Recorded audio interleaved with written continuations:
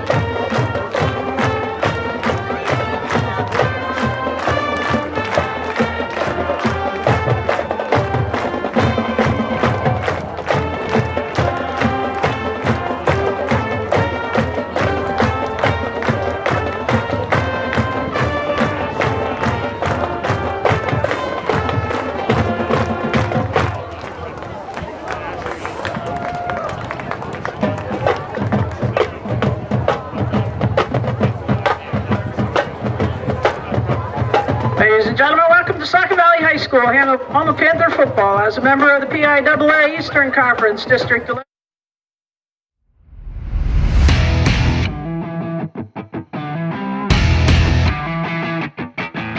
D11 Sports presents St. Luke's Sports Medicine Game of the Week.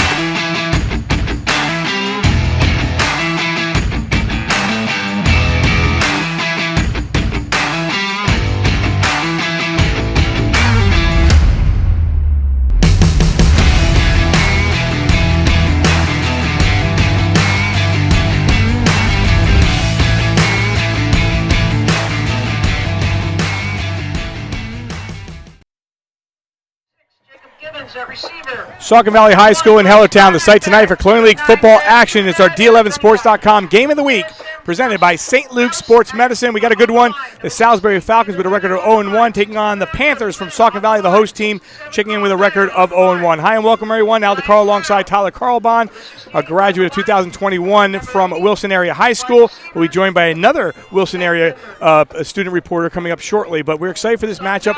A gorgeous day, and by the way, we're not in August anymore. We're in September. No, it's great to be here. Beautiful Friday night, and it's nice to be back in the booth after a long break from the Legends games, but it's different to be with you and not Derek. So as we look at this matchup, we mentioned Salisbury 0-1 on the season. Andy Serco is now in his 11th year, 33-69 overall. A tough loss last week to Panther Valley. They lost 20-13. Nick Beck, their senior quarterback. Yeah, Nick Beck, they rely very much on just how he plays. The whole team just goes off of how he plays. Last week only having 15 yards through the air, but can beat you with his legs, but just his performance will show how Salisbury plays tonight. Well, on the other side for Saucon Valley, Brad Trembler now in his 4th year, 13 up, 15 down.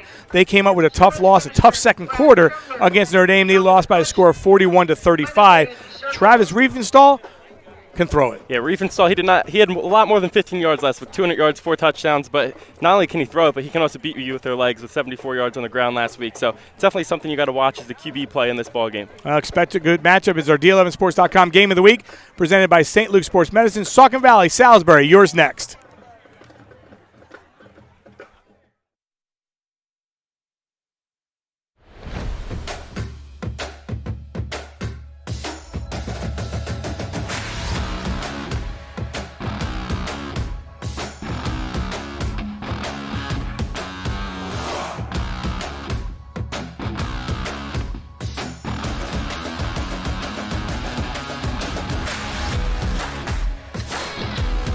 St. Luke's Orthopedic Care. Extraordinary care in motion. The team that we have put together of sport performance coaches and athletic trainers is why parents should choose St. Luke's University Health Network for their sport performance needs. St. Luke's and our coaches are going to provide the safest and most comprehensive training environment that a student athlete would want, and I don't think there's anything in this area that can rival it.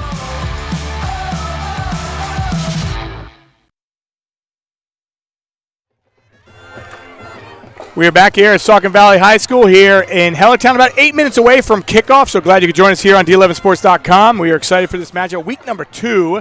I always say hard to believe, but it really is hard to believe it's week number 2. But it feels almost close to that fall night. Yes, I'm so. You said I was going to freeze up here because I'm wearing short sleeve. You're saying it's going to get down to 49 degrees, but no, it's a beautiful night for football, and I just can't wait to get this game underway. I didn't know if you knew that I embellish every now and then as Salisbury makes their way onto the field. And interesting when we look at these matchups between these two teams. You've only played one game, but at the same time, it's an opportunity for us to see these two teams in action after what they did a week ago. So, by the time you get to week 2, you should really have an idea what your team's made out of. Yeah, week 1, you're just, in my opinion, you're just getting the nerves out. There's so much going into the weekend. You just got to get the nerves out and be able to go out there and play some football. And week 2, nerves are out. Practice is different. You know what it's like to hit someone else that's not on your same team. So this ball game is going to be a good one for sure. Well, let's take a look at the keys to the game brought by Cliff Lewis Experience. And we bring them on in, and we take a look at Salisbury first. Yeah, we spoke with Coach before the game, and he says taking care of the ball. And last week, 2 interceptions by their quarterback, Nick Beck. And he says that's the most important thing in football is winning the turnover battle. And last week they did not do that, but tonight he hopes to change that. Well, on the other side for the Saucon Valley Panthers, we talked about they had a tough second quarter, but take a look at their keys. They as well would like to protect the football. They had 2 fumbles last week in crucial moments, and then also a line and assignments. But getting up to the line of scrimmage and not knowing what you're doing, that's definitely going to affect you. But having the week 1 jitters out of the way, I think that had something to do with it. But week 2, so it might be different. Tonight's keys of the game brought to you by Cliff Lewis Experience at Caldwell Banker Hearthside. Ranked as number 1 real estate team in Pennsylvania, number 2 nationwide, the Cliff Lewis Experience can help you with all your real estate needs, serving the Lehigh Valley, Berks, Bucks, and Montgomery counties. Visit their website at clifflewisrealtor.com or call 610-936-9960 to speak with an agent today. Again, glad to join us. We're about 5 minutes or so away from kickoff. We'll hear from our sideline reporters shortly. And, one thing of note, and we continue to say this, is now the Colonial League is with the Schuylkill League, and you start looking at the red division, the blue division, the different divisions that you can. It's going to be an interesting year where you're finally kind of not, I don't say out of COVID, but in a position where you can actually do this. With that said, right now the Saucon Valley Marching Band ready to perform the national anthem. See him? He's going on right after the anthem.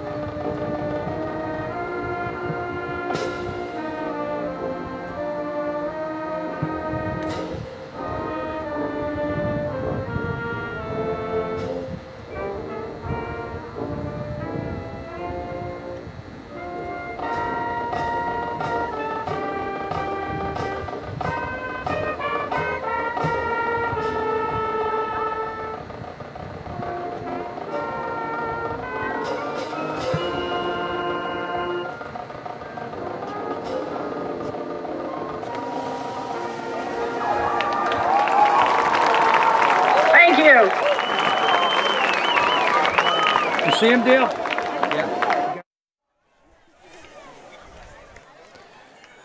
All right, getting ready for this matchup, and that being said, as the captains meet at the middle of the field, see for the coin toss, Chase Eller, who just joined us from Wilson Area High School, is a junior there, and he gets ready for his first report, and we go downstairs to Chase with his first report. Chase?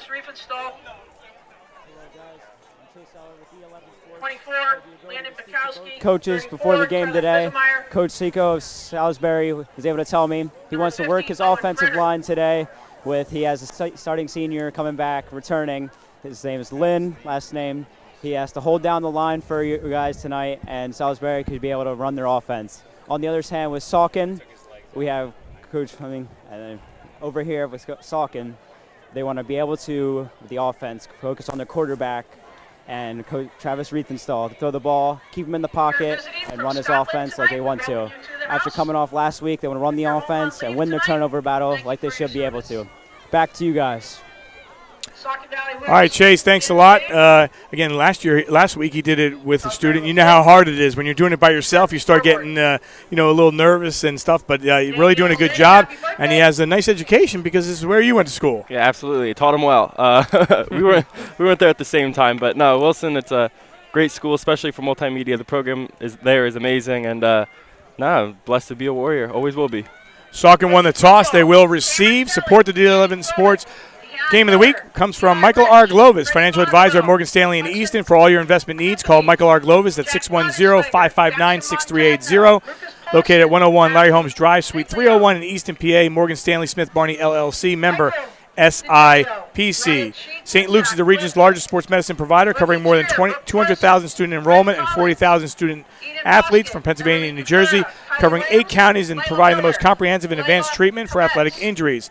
St. Luke's offers athletic training, orthopedic care, physical therapy, and concussion management, plus sports performance training for individual athletes and teams. During these extraordinary times, you can trust St. Luke's Sports Medicine to provide extraordinary care. So we'll see what happens here on the opening night. Number 1, Ray Santiago. Number 24, Landon Mikowski.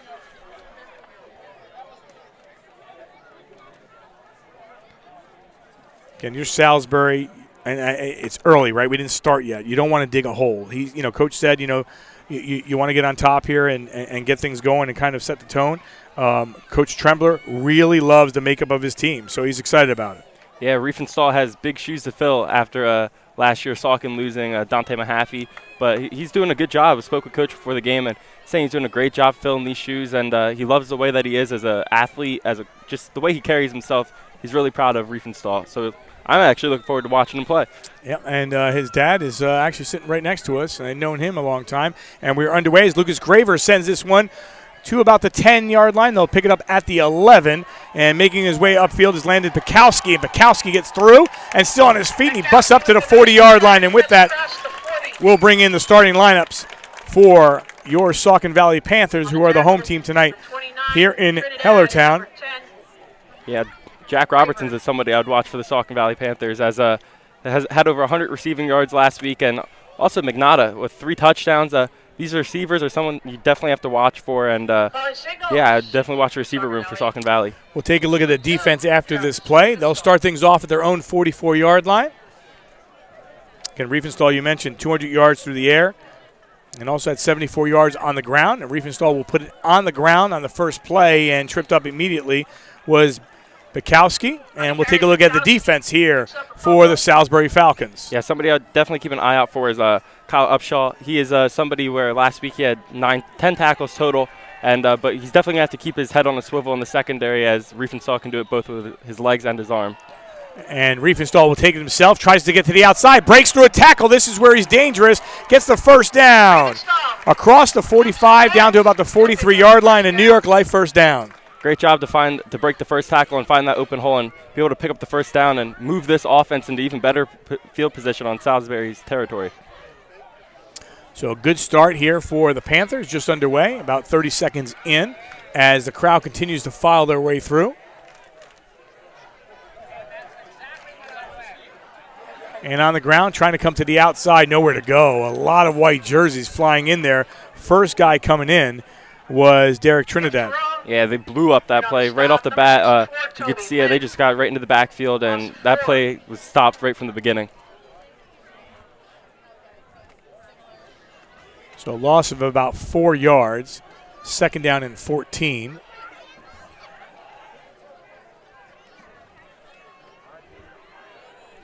Ball sitting at the 47-yard line. Riefenstahl with that hard count and then draws teams offside. Yeah, that's another thing. Last week penalties ate up Salisbury as gave up 55 yards in penalty yards last week.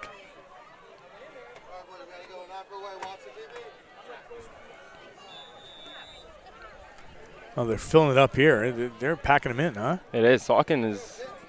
Wilson games did not look like this. I'll tell you that. I saw a lot of red coming up our way. So a pick up about 5, then get back to the original line of scrimmage or so. Riefenstahl going to throw, and he goes up top, has a receiver, and that one's going to be out of bounds.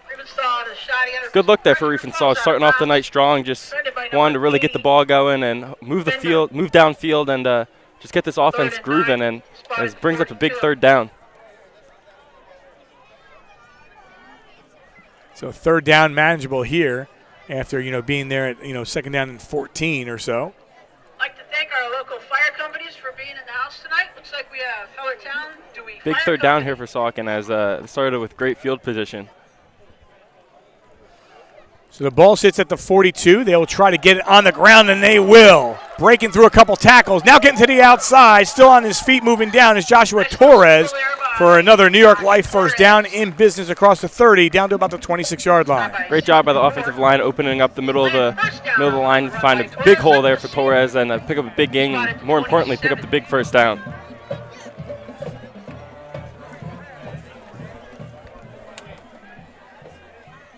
So 2 minutes in. Riefenstahl will check the sidelines.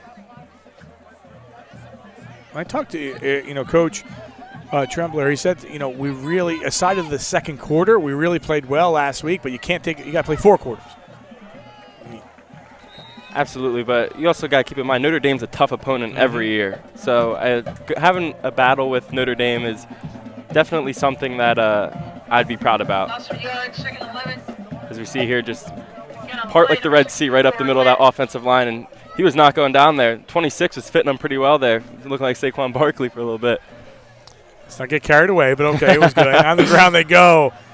And again, one thing they've seen from Saucon Valley is the extra energy in the push. That was Fizimere, 5'9", 200-pounder. Bringing up another third down and 9. Spotted 26.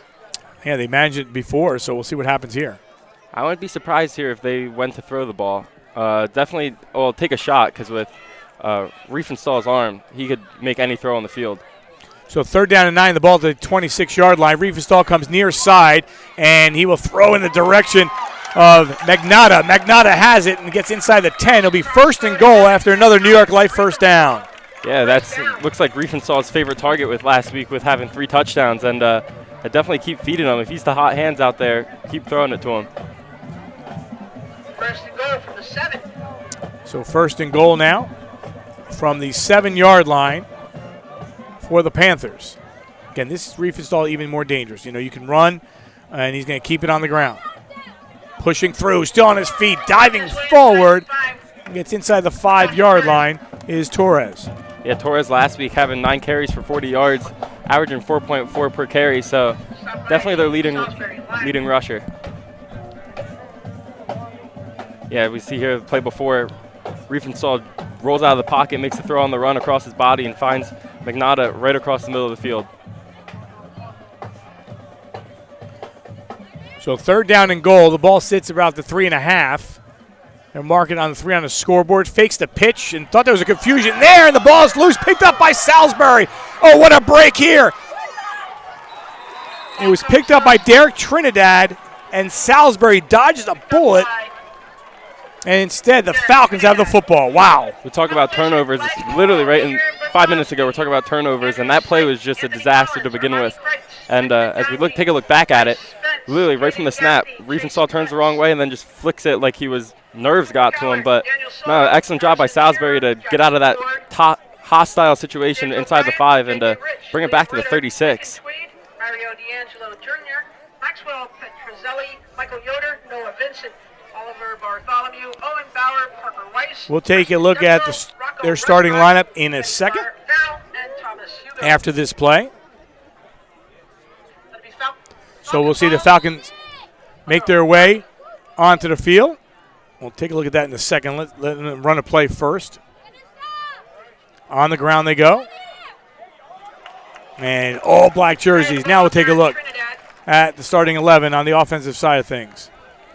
Yeah, we take a look at Nick Beck, and Nick Beck, as we said in pregame, this offense goes on how he plays. It could be hit or miss, you never know, but last week he definitely used his legs to his advantage, only having 15 yards through the air, so it's definitely something to keep an eye on as the quarterback play.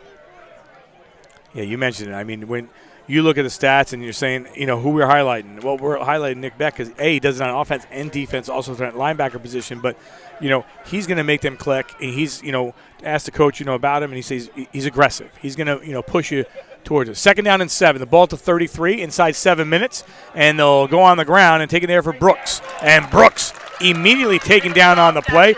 Good play there by Riefenstahl as we take a look at the defense here for the Panthers. Yeah, one name that sticks out to me is Fisenmeier, and Fisenmeier, he holds down this offense at the linebacker position, and last week having 10 tackles, 5 assisted, and 5 were solo, so he definitely is somebody to keep an eye on. Same with Riefenstahl, as we just saw in the last play. So no gain. Salisbury trying to move the chains for the first down. They had the ball, or Saucon did, at the 5-yard line trying to score. Instead, it was the Falcons that came up with the big play. Trying to convert here on 3rd down, 3rd and 7 from a 33. Beck going to try to do it with his feet. Nowhere to go. Smothered to the ground once again.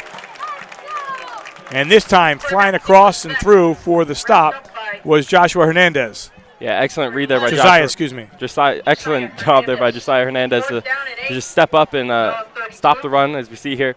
Beck rolls out of the pocket and just gets shut down right away. He was looking downfield, but gets shut down as soon as he gets back to the line of scrimmage. So excellent job there stopping that from turning into a big play.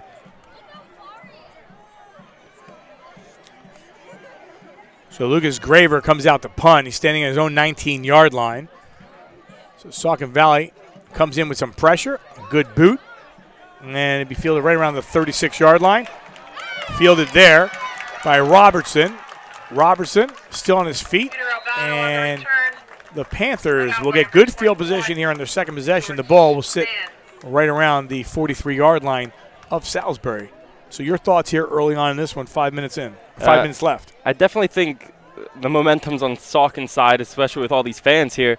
But it was a huge turnover inside the 5, and they hope to bounce back here. But Salisbury on offense, they just got to really get the ball flowing, because with how talented Riefenstahl is, you kind of want to keep the ball out of his hands in a way. You just want to keep it take as much clock as you can off the scoreboard, and just so Riefenstahl's not out there with this very talented offense. Now, Riefenstahl was all the way downfield, and they're ready to score, and all of a sudden it's not 7-0. It's 7-0-0. So, Salisbury, you've done what you had to do so far. Now let's see what happens here on the second possession for Saucon. Going to throw, and he'll connect far side and get a New York Life first down. So that's the first catch on the day from the 6'1", 160-pound Braden Weiss. Excellent yards after catch there for Weiss, picking up 10 yards just on his own, and good find there by Riefenstahl.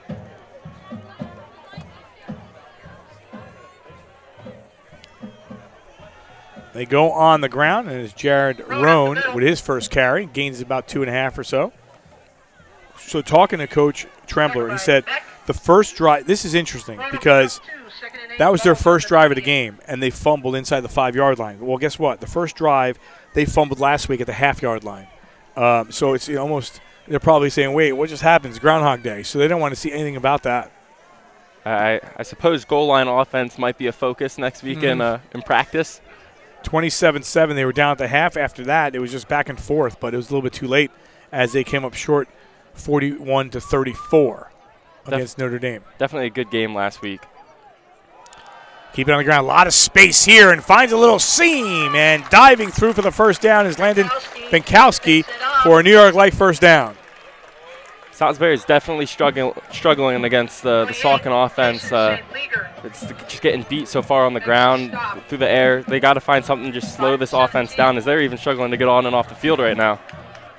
So quickly is Riefenstahl, and thought he was going to get tackled in the backfield, doesn't. And now Riefenstahl still on his feet and still moving through. He's still going. Wow. His dad couldn't do that. Just wanted to mention that out there.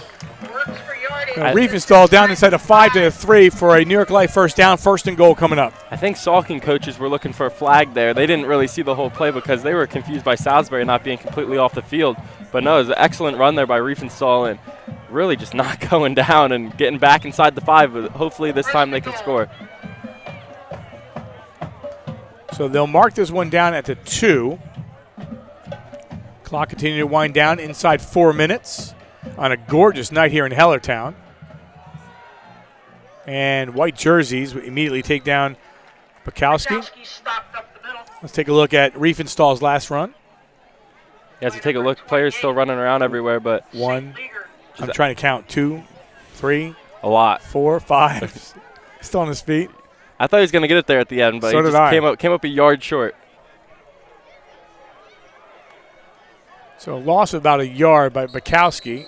And we'll get our first timeout. It'll come here by Saucon Valley. Glad you could join us. Our D11sports.com game of the week, presented by St. Luke Sports Medicine. Al DiCarlo, Tyler Carl Bond, excuse me. I'm changing your name. It's all good. Yeah. I'm used to it. You know, we have a couple student reporters that are from Saucon Valley, but not in the area. Constantine Donahue, who's part of the football team. He's out of town this week. Sophie Engelhardt, who'll be going to Siena to play lacrosse. She's part of the Jungle, so that's, their fan base here. So she's not here. So, instead, while they're doing their thing, we bring in Chase Eller, who's doing a good job from Wilson. But just a golden opportunity for us to see our student program continue to grow. Again, if you're a student out there and you're watching us here at D11sports.com, give us a try, give us a shout-out. Tyler, you've done it for us for a couple of years. I know you've loved every second of it. Yeah, I loved everything about it. It's definitely something to talk to your athletic director about. Like, I was talking to Chase before the game, and I was worried nobody from Wilson was going to fill my shoes. But Chase did an excellent job reaching out, and he actually just came up to you last game and was like, hey, I kind of want to do this. And you just threw him right into the fire. And he was into the fire, did a good job. 2nd down and goal from the 3. They will go on the ground and tripped up again. Now the ball to 5. Great job defensively. Flying on in there was Toby Lynn. And Lynn, you talked about, he's a key cog from that defense. Yeah, he's right there. He's right there on every play on defense, but he's also somebody you got to talk about on the offensive side of the ball as well. As he's holding down that fort for the offensive line, as he's the only returning starting guard from last year. And Coach has high praise for him, saying that he's exactly what you want in a student athlete. So the ball sits at the 5. 3rd and goal. Riefenstahl trying to get Salisbury to jump. They're not budging. I think they're going to be. I thought they were going to call another timeout here. It's Salisbury calling the timeout. Timeout. Salisbury. So the first timeout called there by the Falcons. So 2 timeouts here on a 3rd goal. This is a big play. Early on in the game, Salisbury just stopped them the first time, and now all of a sudden you're sitting here waiting. I think this is a big momentum booster just for Salisbury in general, just holding them so far to 3rd down after giving up a couple big yardage plays and then having them get back inside the 5. I think this is huge for them, not just the fumble from earlier, but this here just stopping them and hopefully holding them to 3 points or maybe even 0. T11sports.com thanks Michael R. Glovis, financial advisor at Morgan Stanley in Easton, for his sponsorship of the game of the week. For all your investment needs, call Michael R. Glovis at 610-559-6380, located at 101 Larry Holmes Drive, Suite 301 in Easton, PA. Morgan Stanley Smith Barney, LLC, member SIPC. 2:18 on the clock, 3rd down and goal for Saucon Valley in a game that has not seen any scoring just yet. I think this is a Wilson broadcaster bringing up Mike Glovis all the time. So just put the Warrior head on the screen somewhere. So from the 5, Riefenstahl standing at his own 10-yard line out of the shotgun. Rolls near side, looking, Middle part of the field, goes to the back of the end zone, incomplete. This is going to be an interesting call here. You want to set the tone, you're at home, but you haven't scored yet. I think this is all go here. Absolutely, because with all these fans here, you don't want to lose them. You want to keep the fans involved in the game, and I think scoring here on this play is going to be huge for that and morale of everybody here. Crowd quiet. They're going to make sure Riefenstahl can hear everything, but boy, the other side, Salisbury, wants to know a defensive effort. 4th and goal. Going to throw, and that one incomplete. It looked like it was going to be caught into the hands of Braden Weiss. Those are just ones you got to catch. There's wide open, easy slant route, and right in his hands, but we got to bounce back now. Leave that in the past. It happened already. You just got to bounce back, and hopefully next time that quarterback throws you just catch it and go. Yeah, 9 out of 10 times he's going to make this catch. Just didn't happen, unfortunately, for him, but he's going to want this one back, and they'll probably go to it a little bit later. Absolutely. This offense, besides inside the 5-yard line, is clicking on all cylinders, so I think they'll be perfectly fine later in the game. So Salisbury dodges yet another bullet inside the 5. It's unbelievable. Andy Serco saying, okay, now we got to get out of the 5 and move the ball. They got the ball. Maybe they moved the ball only 10, 15 yards when they had it at the 30. Absolutely. This is where you don't want to go 3 and out here. So first down from the 5. And again, it was big defensive stops immediately. And here, first carry by Jason St. Lashir. Getting 1-yard pickup. That's definitely got to get the ball flowing a little bit more for Salisbury, as we are almost over with the first quarter and their offense really just isn't clicking.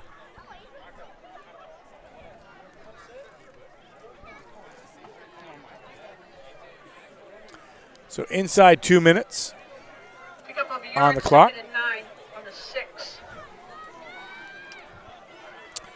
They'll give him a yard. I wasn't sure even they got the yard there. And Beck going to try to get it himself and gains a few just to right now put him in position to see if they can convert on a 3rd down, at least have some space out of that end zone if they have to punt. Yeah, a little bit of breathing room there, so the goal line's not really breathing down your neck. But this is a big 3rd down because you don't want to go 3 and out again because your offense is just getting shut down at this point. And picking up 1 and 2 yards isn't going to do much for you.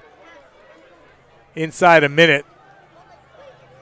3rd down and 8. The ball sits at the 7-yard line. Still looking for our first score of the game. Glad you could join us here on D11Sports.com Game of the Week, presented by St. Luke's Sports Medicine.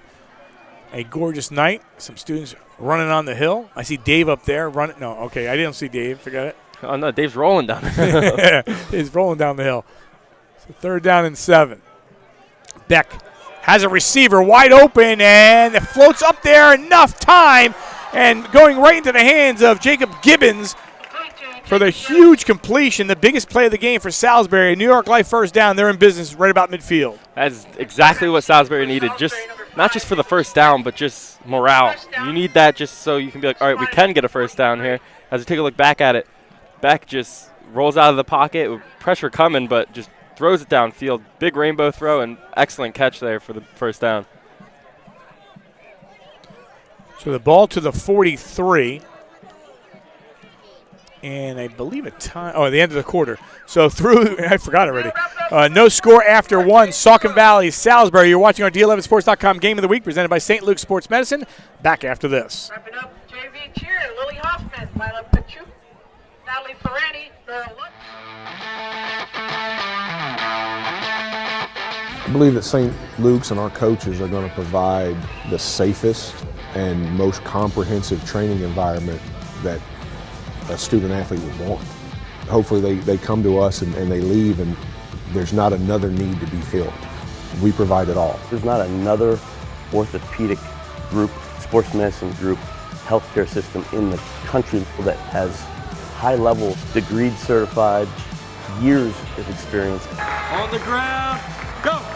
Every coach, every parent, they want what's best for their student. Okay, they want what's gonna help them be the best version of themselves. And so that's what we can provide. I don't think there's anything in this area that can rival it.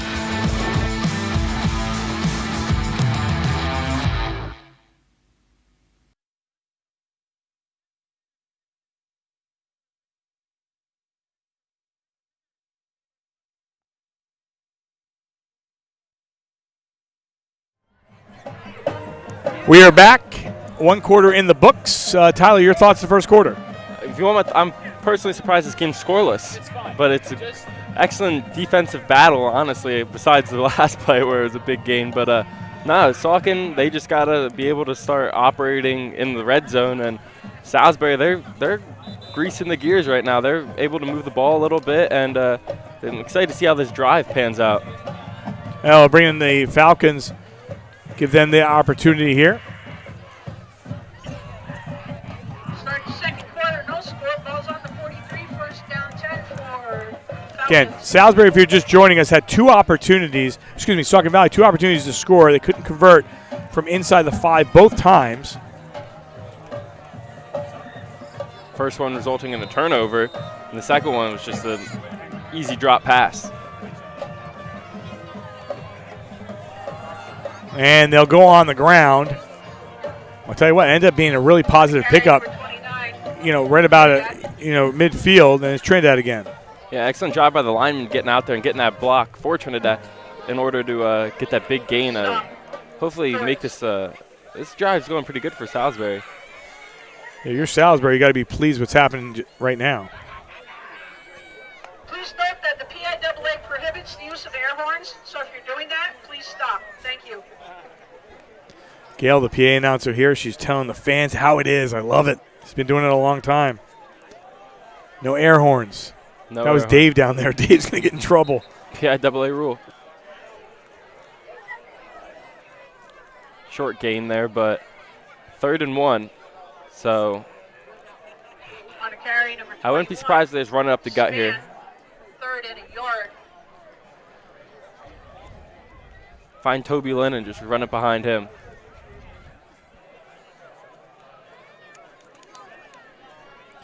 So 3rd down and short, just underway here in the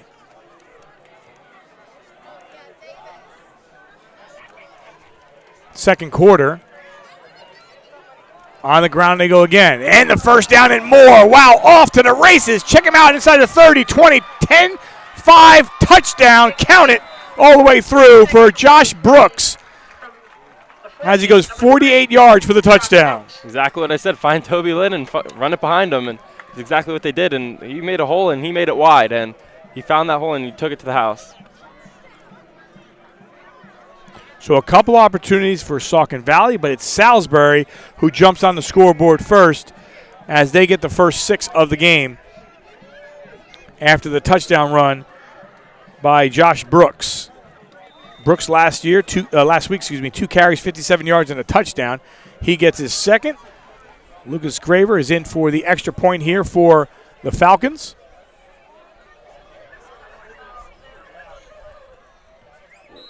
And that one is up and through. So with 10:31 left, second quarter, our first score of the game. Take a look back at the touchdown play.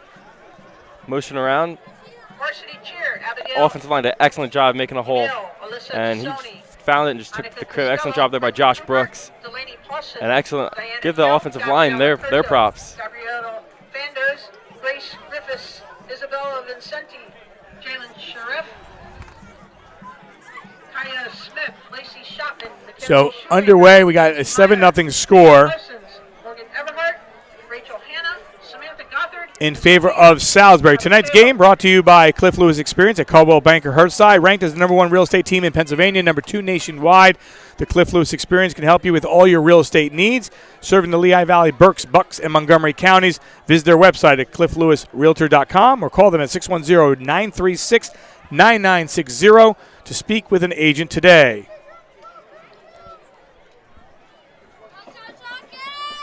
So we'll see the Panthers receive the football here. Definitely going to be a bounce-back drive here for the Panthers. As they just need they need to score. They're right there. They've tasted it almost every time, but haven't been able to eat it. They just got to get that one extra push right into the end zone. This one picked up right around the 9-yard line, taken there by Raymond Santiago. Santiago gets to the outside. Santiago still running his way through. Gets popped right around the 35-yard line. And we'll see the offense for Saucon Valley make their way through. Tonight's game also brought to you by New York Life for over 175 years. New York Life has been helping families and businesses with their life, disability, and long-term care planning needs. Whether you have a current coverage in place or in need of reviewing your options, please contact their office in Allentown to find the right plan to fit your needs. Call New York Life at 610-616-4430.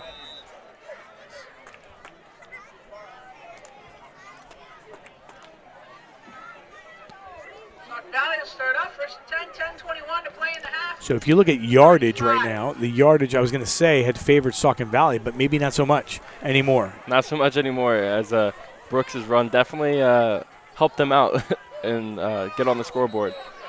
As coach is not happy, and this is exactly what he said in pregame, is the preset alignments. Yeah, and you still have 10 minutes and change left in the second quarter. You just burned your second timeout. Again, you're on offense, and you're just ready to start your drive, and you're taking those timeouts. That's a tough one as well. It's also probably frustrating because you come off the field and you have that little bit of time to talk in the huddle, so you know what to do going out there because you already had that extra time to prepare for it, and not just having to burn another timeout in the second quarter it's going to be tough when the final minutes come around.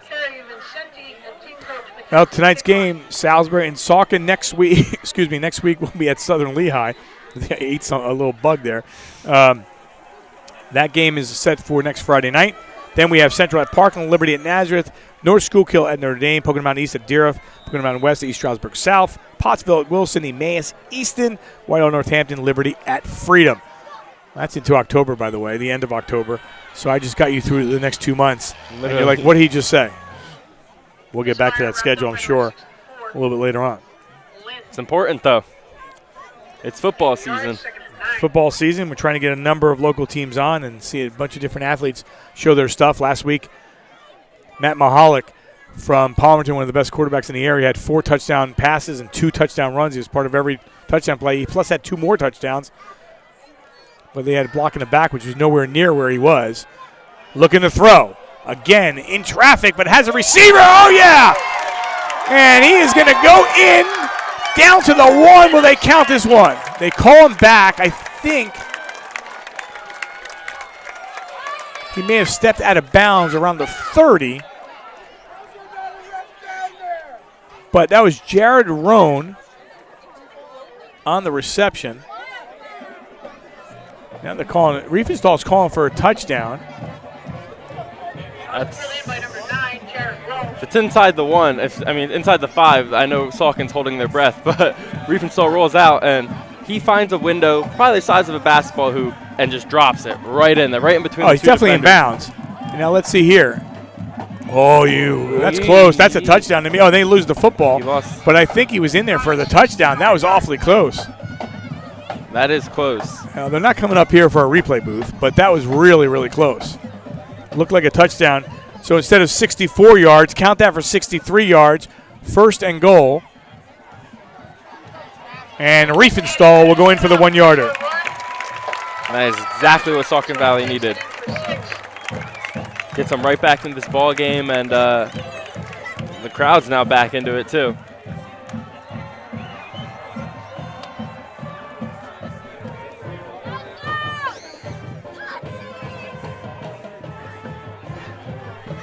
So extra point attempt coming up for Braden Schriffert.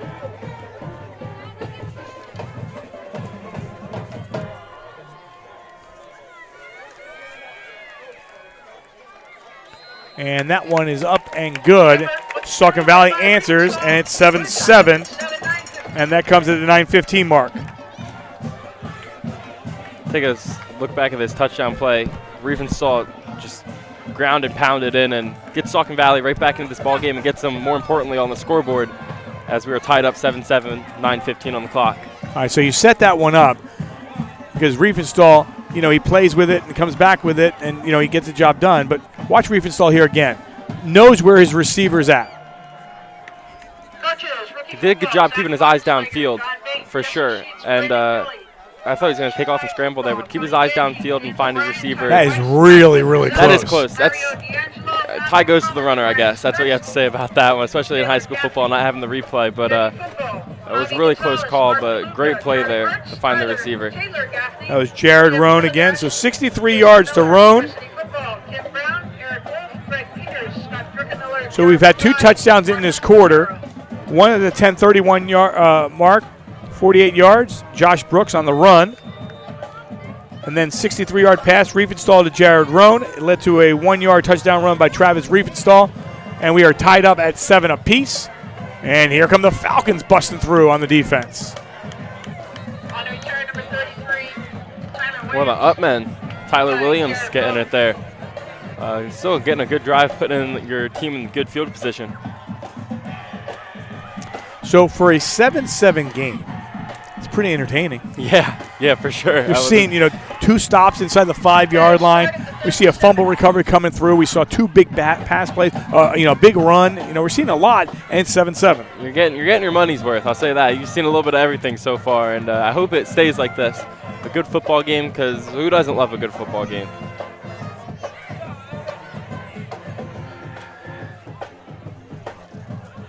So Salisbury takes over here from their own 37-yard line, knotted up at 7 apiece. And they'll start things on the ground. Pickup of a few across the 40 up towards the 41-yard line on the first carry here by Josh Brooks. Brooks again scored that touchdown from 48 yards. Take the touchdown away for Salisbury. I like to still see that. I like still seeing that Salisbury is getting things going. The first drive was a little sloppy, only getting like 1 to 2 yards per play. But after this, they're starting to get more like 5 yards, 6 yards, and it's definitely helping them move down the field. Thank you to everyone for participating, coaching, being part of that, supporting that effort. So 2nd down and 6, the ball at the 41-yard line. And the quick handoff, not much there. So Saucon Valley with a huge hit as they lose one of their key players out of the game. Landon Bukowski is on crutches down the sideline. He's just with the St. Luke's trainers. And, he's likely lost for the game as they, attend towards him. Didn't see what happened to him. But, when you don't like to see crutches, so hopefully it's just, they're going to check him at halftime and go from there. But not a good sign seeing number 24 on the sidelines for Saucon Valley. We wish him the very best. Yeah, you don't like to see crutches, and especially crutches in week 2. It's still really early in the season. Back to throw. And that one is going to be short, or is it? They're calling it a first down from the near side. Yep. They move the chains for a New York Life first down. Excellent job by Beck to find Brooks with hands in his face and everything, and able to throw across his body. I actually thought he changed hands there for a second and threw the other way. It's so rare, it feels like, to see a lefty quarterback. And seeing one, I thought he changed hands too. I don't know why. So we approach the 7-minute mark of the quarter. A 7-7 game. Glad you could join us for our D11sports.com Game of the Week presented by St. Luke Sports Medicine. Getting to the outside is Trinidad. The sophomore continues to. For the little experience that this offensive line has, they're doing a great job tonight making holes for Brooks and Trinidad and Beck. They're doing an excellent job, and especially against Saucon. And Saucon, for my whole life, I'll just say Saucon's always been a competitive team. And just to be able to go up against Saucon and do that, it's really impressive in my eyes. Yeah, Matt Avantro is usually sitting where you're sitting. Announcing with me, was a coach here for Saucon for a number of years. Had some great success. A shout out to him. He's watching his son playing his first game at Franklin and Marshall. Span backed up by Hernandez. So this brings up a big 3rd down. You're sitting right around midfield, and you're also looking at that clock. You're looking at the timeouts. What's there. Salisbury still has 2, but Saucon only has that 1. But this is the chance. You want to go in the locker room with some momentum, whether you're scoring or not, pushing the ball. So we'll see what happens here on a key possession here for the Salisbury Falcons. Speaking with Salisbury's coach in pregame, I think this is field goal range. Anyway, he was talking so high about his kicker, and now it's got me want to see a long field goal. I don't think that's going to be done. No, that's not going to be done from there. But so Beck saw nothing inside. He goes outside, and Beck all the way down inside the 20-yard line for a New York Life first down, and Salisbury in business right around the 5:30 mark. Yeah, Nick Beck there with an excellent play, rushed downfield, is able to keep his eyes downfield and roll out of the pocket and find a couple holes as we look at replay from this last run. Yeah, he just drops back, keeps his eyes downfield, feels the pressure, great awareness, and able to just go. And he's also not scared to avoid contact. I'll tell you that, as he's going head on with the defender. So a big pickup for Salisbury and an excellent drive they have going on right now. So first down and 10, the ball sits at the 16-yard line. Falcons again attacking the ground. And not much there as he gets pushed back. Swarmed as soon as he got back to the line of scrimmage, it felt like, but he did pick up a couple yardage.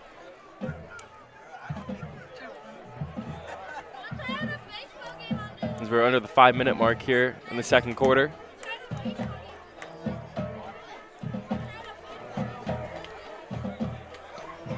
But this is what I meant earlier in the game for Salisbury. And this is going to be a weird comparison, but it's kind of like playing like a powerhouse in college football like Bama or Ohio State. Is when if you're the opposing team, you want to make sure you hold on to that ball and run the clock down as long as you can because ball loose.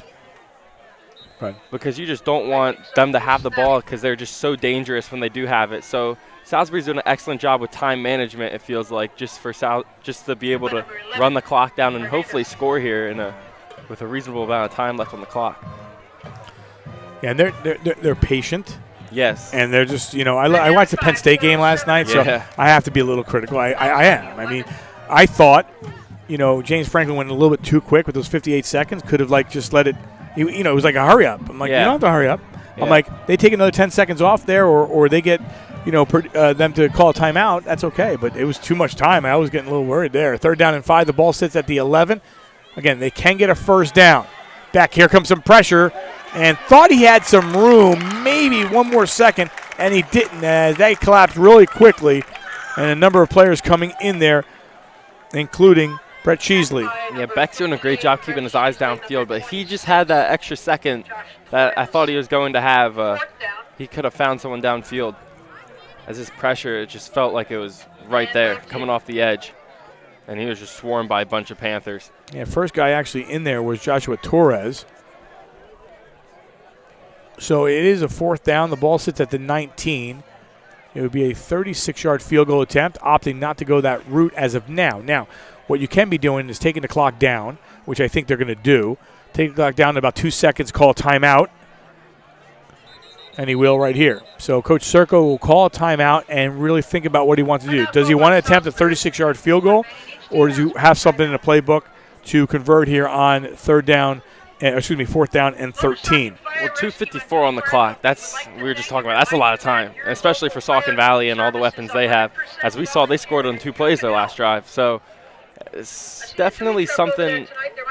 I would go for the field goal, honestly. Now, I'm not just saying that because I brought it up 5 minutes ago, but no, because from this situation, I feel like it's a long 4th and 13, and you're also, if you punt it, the chances of it going in the end zone, it's going to go right back to where they have it anyways. So just why not? Kick the field goal.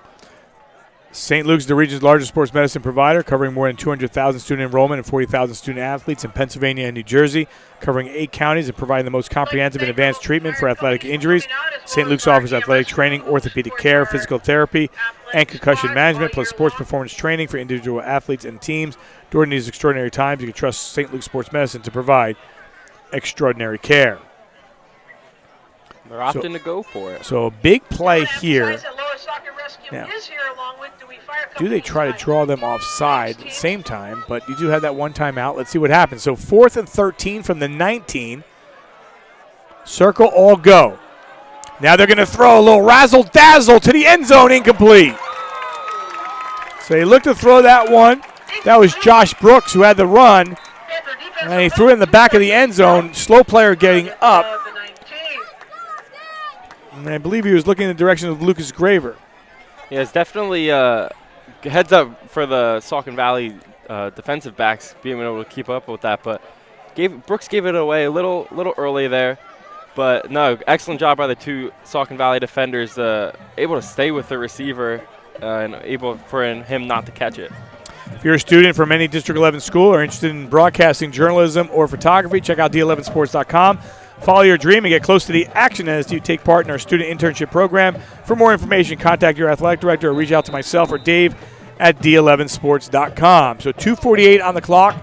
A timeout left apiece, 7-7 the score. High snap to Riefenstahl. The pressure comes. Middle part of the field incomplete as he was looking in the direction of Jack Robertson. Yeah, as we keep saying, this offense, 2:44. They got some time and weapons to get down there and snappy pace. They'll get down there pretty quick.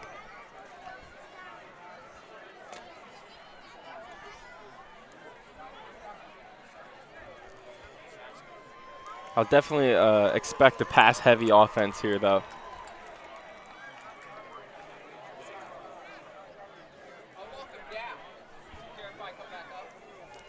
High snap.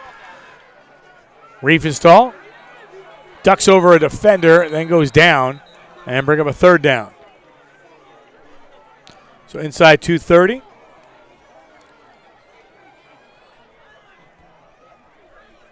Almost disaster there for Saucon Valley is a high snap, but Riefenstahl was able to get it, and I'd rather take a sack than a turnover. So good job there by Riefenstahl. Clock at 2:15 and running.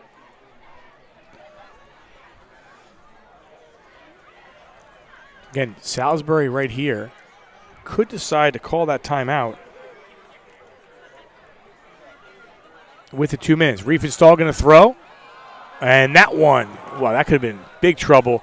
He had his receiver, but Josh Brooks seems like he's everywhere on the field. Yeah, he's definitely been everywhere on the field on offensive and defensive side of the ball. He had the earlier long touchdown run, and now almost coming up with possibly an interception if he took the right angle. But now Saucon's going to have to punt, and Salisbury's going to get the ball right back, and they didn't even take a minute off the clock on that drive. Waiting on the punt, number 13, Jacob Butchin.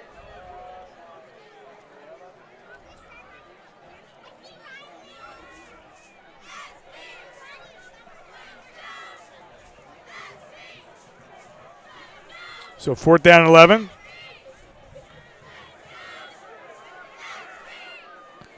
That ball almost bobbled. It is. Ball on the ground.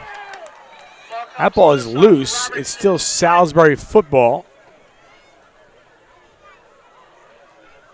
That was a good punt, honestly. Sky high, and he just couldn't get under it, it looked like, and he got lucky there with it going out of bounds. Just a reminder, there are snack bars on both sides of the field. Both have very unique. Again, there's the hill. Dave's been going up and down on that hill, since we started, by the way. Dave's putting in the mileage. I think Chase sideline reporter, is a cross-country runner, so he's pacing him. He's definitely pacing him. Okay. He's making sure Dave doesn't pass out.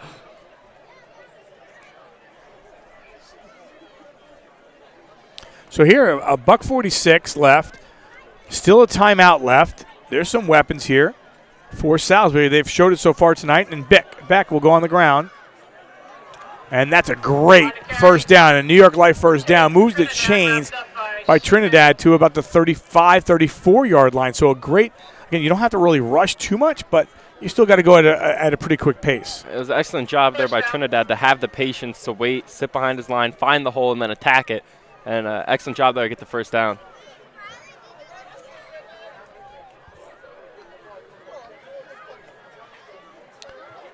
On the ground again. And diving through. They may have to call timeout here. That's Brooks again. Okay, when you're in this location, you're going to run that play because you don't want to give the ball back here. But they're going to take it here because they realize, there's a 1:07 on the clock. We don't call a timeout here, we may not have another chance. They're going to run a play. You can't really spike the ball too much, and put yourself in a position where you need to convert on the first down and stop the clock for a second, and then you can spike it and get, a chance there to do what you got to do. Yeah, absolutely. I think this is actually going to be a big play, hopefully to get the first down here because, as you said, to have the time to be able to spike it, get your offense set, and then just be able to dial up something. But I think Coach for Salisbury is going to draw something up good over there in the huddle.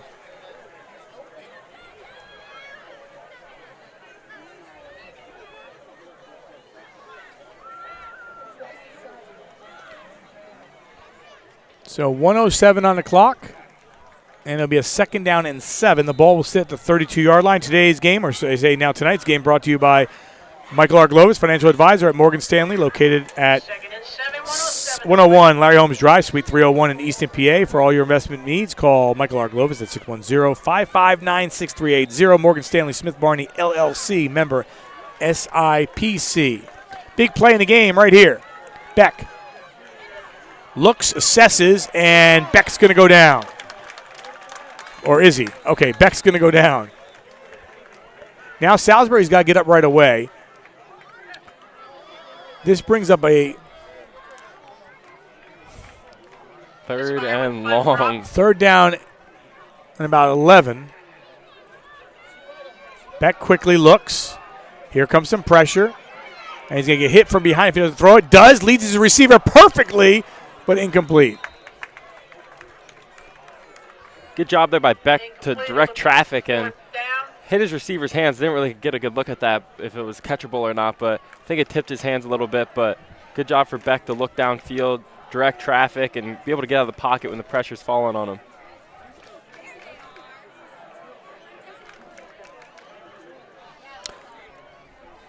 So bring up a 4th down.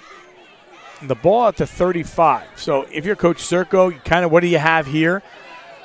If you don't make it, this is good field position, even though there's 32 seconds left, but there's still a timeout left for Saucon Valley. So you want to really run a play that's got, again, you don't have to go downfield. You only need 10 yards. Yeah. So that's the other thing. But you would want to get out of bounds or run to it. So 4th down and 10 from the 35. Beck going to throw in traffic. Could be intercepted. It is. Riefenstahl with the INT. And Riefenstahl will get back past the line of scrimmage and more. And Riefenstahl will go out of bounds and then knocked out right around midfield with 19 seconds left. He does it defensively to give his team a spark. That's Riefenstahl's doing it all out here, it looks like. Beck just tried forcing it downfield when there was nothing really there. And, I mean, I guess it's, I don't know, that's decent play call, I guess, or read to make, but it's just a really good return back by Riefenstahl. Yeah, look at that just found a little seam. He took it and gave him an extra couple yards and almost can, tack on some more there. That was close.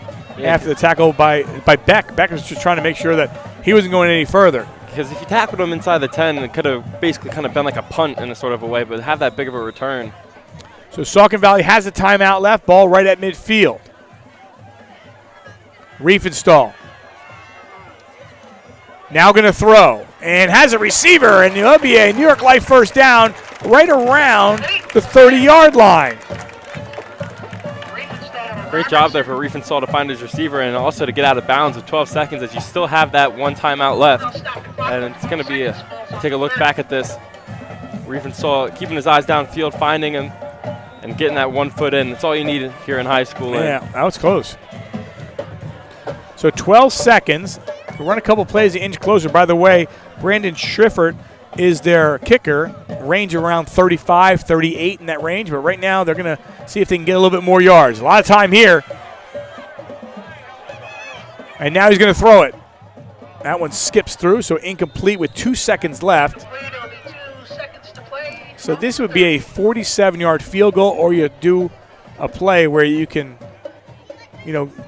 get them downfield and see if something bobbles or get even a defensive penalty.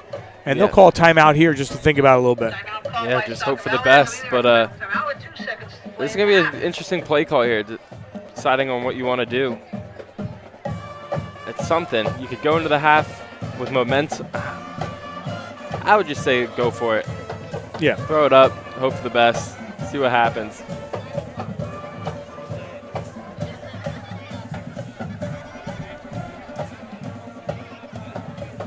Well, interesting, 7-7, but, you always say you want to take some momentum into the locker room.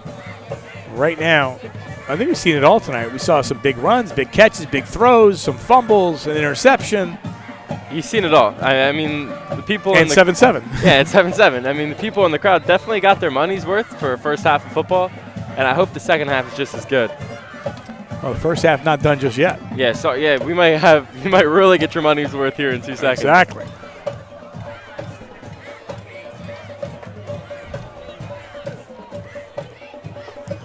Watch out for the flea flicker here, folks. 2nd down and 10, the ball at the 30. Riefenstahl. All throw here. Or is it? I thought he was going to clear it. There he goes, throws one, and he throws one. That'll get you 3 points. As it goes, I believe it went through the uprights. A little too much mustard on that. Yeah. Showed his arm. He sure did. So 7-7 your score here. So the only scoring in the game, 48 yards. Josh Brooks made it 7-0. That came at the 10:31 mark. And then a 63-yard pass from Riefenstahl to Jared Rohn. That led to a 1-yard run by Travis Riefenstahl to tie the game at 7-7.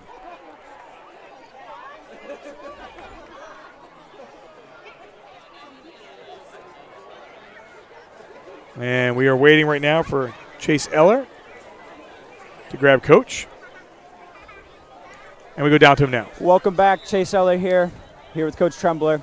How do you feel about first half? Not very good. Again, it was the second straight week of us hurting ourselves in the first half, turning the ball over inside the 20, dropping touchdowns. Not a good showing. What can you do better in this second half? Just got to execute our stuff. Thank you for your time. Back to you guys. All right, Chase, thanks a lot. Those are the tough interviews. You know it. You've been around it, right? Those are the ones that keep me up at night because if they go bad, you think about it. It gets to your head. Yeah, I got you. So that being said, we'll take a quick timeout. Actually, you know what? Chase is down there on the field, and with that, he's got another interview. So we're going to go down to Chase right now. Chase Ellers with one of our student reporters and Sophie Engelhardt. Chase?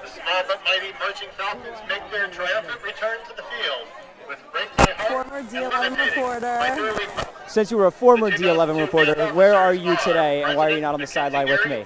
Unfortunately, I'm not on the sideline because I am a jungle leader. So basically, I just run the student section of Saucon, and we make themes and stuff. Our theme tonight is USA Country for Labor Day. So I wish I could be out here, but I heard you were playing college lacrosse at Sierra. How do you feel about that? good. It's exciting. I worked really hard to play Division I lacrosse, and I achieved it, and I couldn't be more grateful for everyone that got me here. So that's exciting. Well, thank you for your time, and good luck in college. Yes, back to you guys. All right, thanks a lot, Chase and Sophie, and the old jungle leader down there and everything else. And we'll take a timeout and be back with more. 7-7 is your score.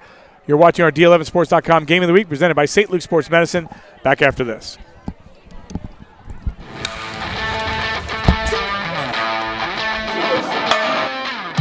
I believe that St. Luke's and our coaches are going to provide the safest and most comprehensive training environment that a student athlete would want. Hopefully they come to us and they leave and there's not another need to be filled. Your daughter or son's team can come to us and we provide it all. On the ground, go! The team atmosphere and the team that we have put together of sport performance coaches and athletic trainers is why parents should choose St. Luke's University Health Network for their sport performance needs. There's not another orthopedic group, sports medicine group, healthcare system in the country that has high-level, degree certified, years of experience. Bench, hip thrust, or floor, we know what block A is, and then we get another group of 7. Certified athletic trainers and the performance coaches are assigned to schools, and they are there and they are getting the teams and doing team training around sports schedules and the student activity schedules. That's primarily where it's done. We also provide training here, like at this facility. We provide a comprehensive training program that is the most up-to-date training advancements. It's the safest it can be. We got our A-walks, remember, good. It's not about gimmicks. Our guys are all educated and have the science behind what they're doing, a rhyme or reason of what they're doing. And we have leadership that will make sure that we're going to provide the best service there is. We actually care about your kids. Focusing on getting my butt back and my chest up.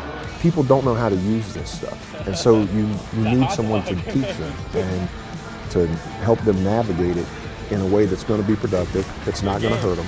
They trust me to put together a workout and they're always asking questions about it, which is great. You know, I wanted them to have that trust that, you know, I'm going to help them succeed on and off the court. Every coach, every parent, they want what's best for their student. Okay? They want what's going to help them be the best version of themselves. And so that's what we can provide. I don't think there's anything in this area that can rival it.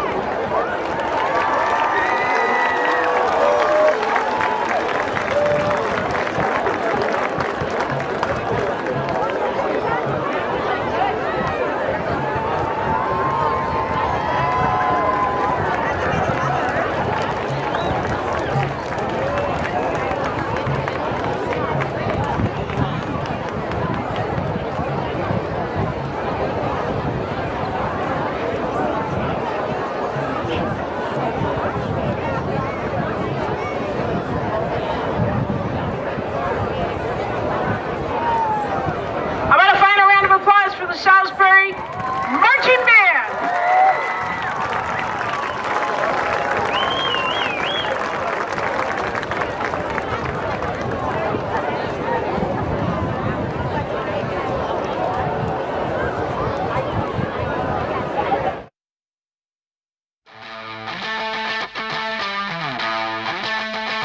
I believe that St. Luke's and our coaches are going to provide the safest and most comprehensive training environment that a student athlete would want. Hopefully they come to us and they leave and there's not another need to be filled. We provide it all. There's not another orthopedic group, sports medicine group, healthcare system in the country that has high-level, degreed certified, years of experience. On the ground, go!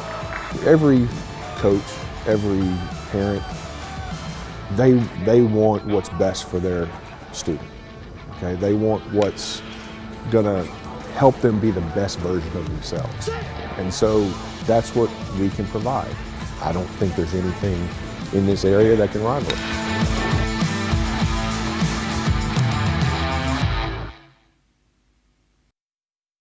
At St. Luke's Orthopedic Care, you can trust us with your hands, feet, shoulders, hips, and knees. Because healthy bones and joints mean you can do more. you can trust us to recommend the right approach to care, including joint sparing treatments and therapies. And when surgery is the only choice, we offer options to help you heal faster, including technology-assisted joint replacements and muscle-sparing hip surgery. St. Luke's, the orthopedic care you trust. Now more. St. Luke's knows that trust is the foundation of all relationships.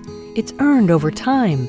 It's the type of relationship you should have with your healthcare team. While our healthcare needs are different, one thing is constant. St. Luke's is focused on building a lasting relationship with you, earning your trust and putting your well-being first. When it comes to great healthcare, trust is essential. St. Luke's, the care you trust, now more than ever.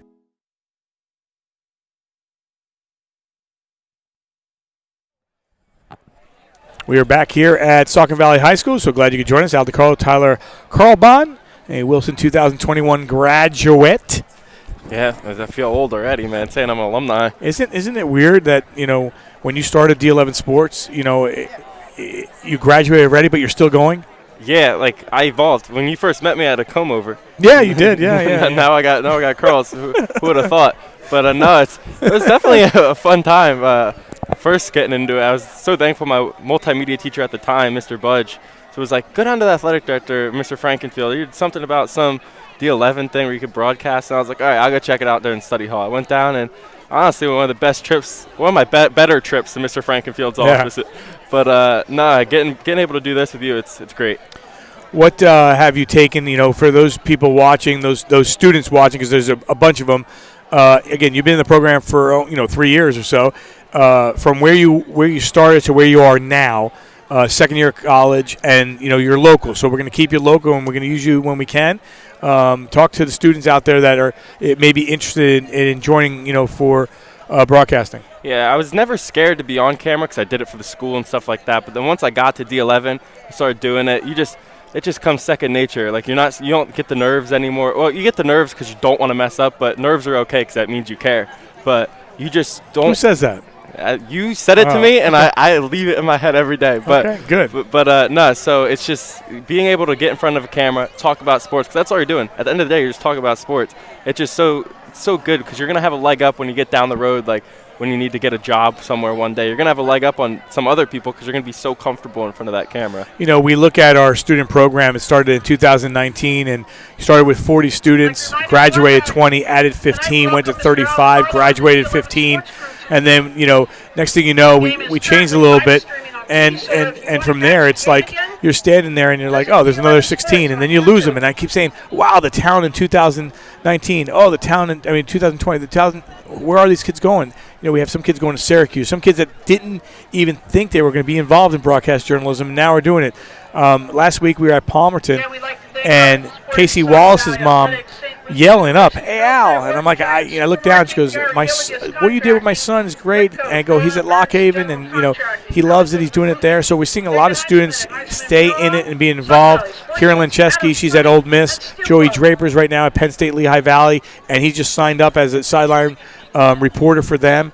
You can go above and beyond and see a bunch of people doing it, a couple of students doing it and continuing to do it. And, you had a chance with Derek Moore to do professional basketball in 147 countries through our program, and that was something that I'm sure you're taking away. Absolutely. That was fun. Shout out Derek. I miss you, man. I haven't seen you in a while, but that was a fun experience because it took us not only that, but you made us have the responsibility to do rosters. So we figured out how to do rosters, how to talk to players on our own, because some of the games you weren't there. So we had to be able to be comfortable going up to players, coaches, people that had awesome college careers, played D1 basketball and stuff like that, and we had to go up to them and ask them questions and stuff like that. So just having that, getting comfortable, this is what I've gotten out of it, is getting comfortable with people, because in this industry, you got to be able to talk. And so talking to all these different types of people is definitely turned me into a better person. And we talked about this, your opportunity not only for broadcasting, we notice now it's more about communications as well.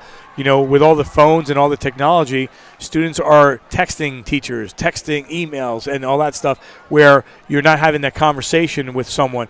And I think our program has really taken it to another level, with that. And, our partnership with St. Luke's Sports Medicine, John Hoth, Greg Lay, Ken Sidlow, it's been tremendous. We thank them every day. Not only for all the gear they give us, but everything that they do for us, how they support our program, and all the outside-the-box ideas that they give us. And we're just, just starting, really. Even though it's been 3 years, we're just excited to where we are and kind of where we're going. Dave does a great job with the students when it comes to the website. So, if you are a student and you're interested in broadcasting, give us a shout. Talk to your athletic director or, come find us at d11sports.com and contact us because there's opportunities here. We keep saying, kids have talent. They just need to find a platform to show it, and we feel we have the platform to do it. It's not just broadcast either; it's journalism. Don't get me wrong, I'm not big into the whole journalism part because I just can't write that well and stuff like that. But no, if you're into that, but we can do that here. There's always something you could find for you in D11, and so I definitely think if you're listening, you should just go out to your athletic director and ask about it. We'll take a break. When we come back, we'll get started ready for quarter number 3. 7-7 Salisbury and Saucon Valley. You're watching our D11sports.com Game of the Week, presented by St. Luke's Sports Medicine.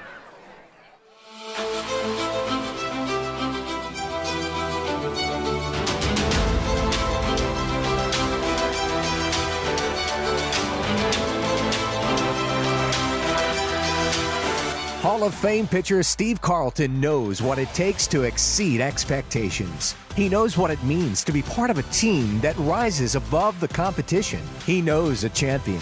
Steve Carlton knows St. Luke's Orthopedic Care.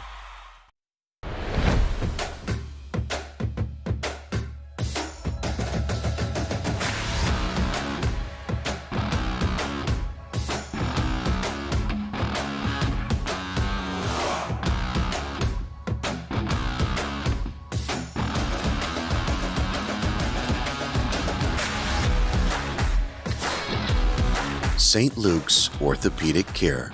Extraordinary care in motion.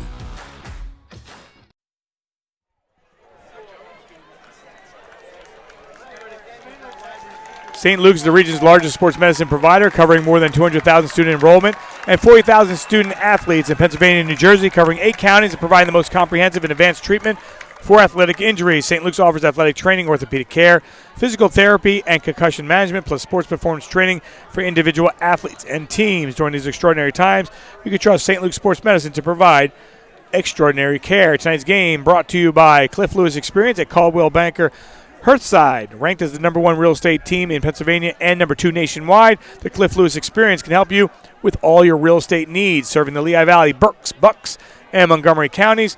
Visit their website at clifflewisrealtor.com or call 610-936-9960 to speak with an agent today. Tonight's game also brought to you by New York Life. For over 175 years, New York Life has been helping families and businesses with their life, disability, and long-term care planning needs. Whether you have a current coverage in place or in need of reviewing your options, please contact their office in Allentown to find the right plan to fit your needs. Call New York Life at 610-616-4430. If you're a student from any District 11 school and interested in broadcasting journalism or photography, check out d11sports.com. Follow your dream, get close to the action, and take part in our student internship program. For more information, contact your athletic director or reach out to myself or Dave at d11sports.com. Support for d11sports.com Game of the Week also comes from Michael R. Glovis, financial advisor at Morgan Stanley in Easton. For all your investment needs, call Michael R. Glovis at 610-559-6380, located at 101 Larry Holmes Drive, Suite 301 in Easton, PA. Morgan Stanley, Smith Barney, LLC, member SIPC. With that, Tyler. I got water for you if you need some after reading your all that. thoughts of the first half. I thought it was a great first half. I mean, Saucon Valley could be up 21-7 right now if they could handle the red zone situations a little bit better. But no, we got a tied ball game here. And if I was Saucon, I put that stuff in the rearview mirror and keep looking forward because I'd stick with the same game plan, keep attacking, keep taking those deep shots. And for Salisbury, I don't want to keep the time of possession on my side. Keep the ball as long as I can so Saucon can't take those shots. But I'm really looking forward to the second half. Underway, second half. That ball is bobbled and now picked up at around the 18-yard line and nowhere to go. So Coach Trembler visibly upset at the end of the quarter, talking to Chase, and Chase like, oh, what just happened down there? And in the locker room, obviously, he's going to let them know that. We'll see how they react here defensively. Absolutely. And we have a flag on the field.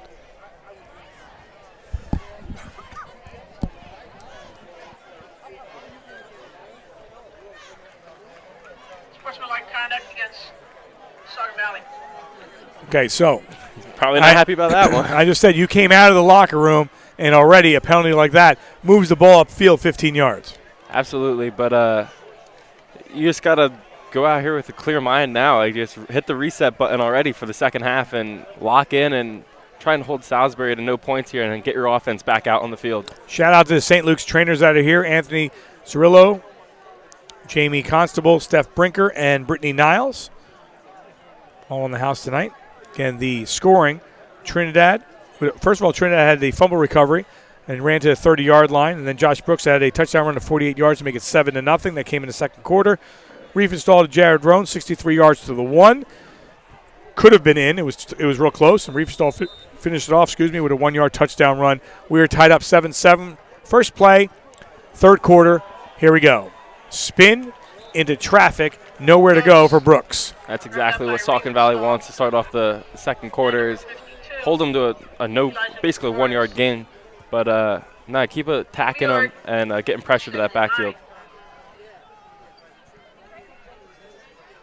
So they give him a yard, but you're lucky if you got a yard there. Yeah, I was going to say, you're literally giving him a yard. Give him maybe a toenail. Yeah. That's about it. Just about.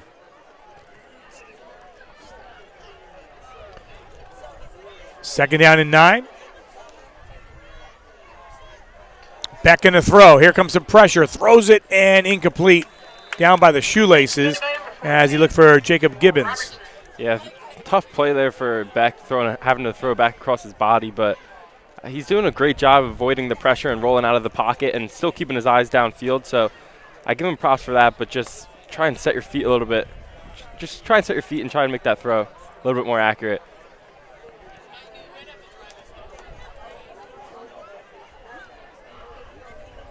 So you gave him the extra 15 yards with the penalty. However, they haven't done anything with it to this point. Now we've seen Beck come back and make some big plays. See what happens here.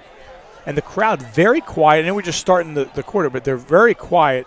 I think they expect a little bit more. Beck rolls out. Here comes the pressure. Nowhere to go. And look at Beck. Almost got away. And instead he gets smothered to the ground. A couple players in there knocking him down, including Josiah Hernandez. Yeah, great awareness there by Beck to be able to feel the pressure coming up from behind him, especially being a lefty, not being able to see your backside, but getting up in the pocket and getting out of there, but picking up a little bit, not the first down, but rather that than a sack. So punting unit comes in. Lewis Graver.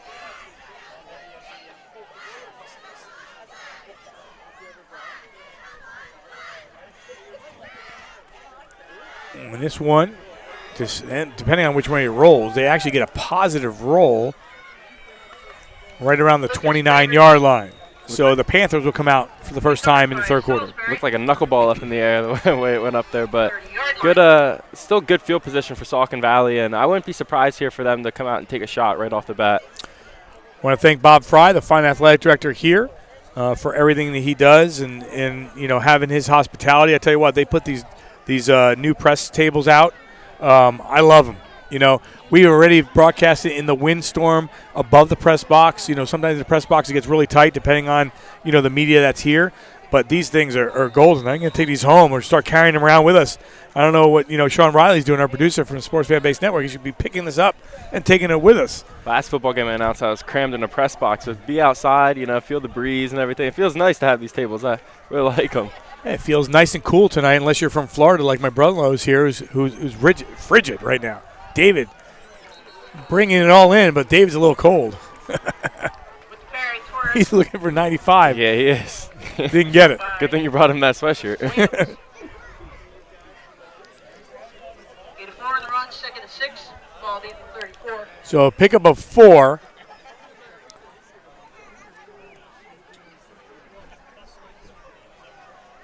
They'll split the receivers, 2 up top, 2 to the near side. Now in motion is Weiss. Riefenstahl has all the time in the world, and he finds a receiver. And not only the first down, more than that, down the field, Jack Robertson for a New York Life first down inside Salisbury territory. And remember I said the crowd? They woke him up. Yeah, they're back into it, and Riefenstahl able to find one of his favorite targets as, once again, he had 103 yards last week, and he's having a great, excellent first 2 games. As we take a look back at this play again. Riefenstahl, he's done a very good job feeling the pressure tonight and finding his target across the middle, and then the yards after the catch to set up Saucon Valley in excellent field position. On the handoff, and down to about the 40-yard line is Torres.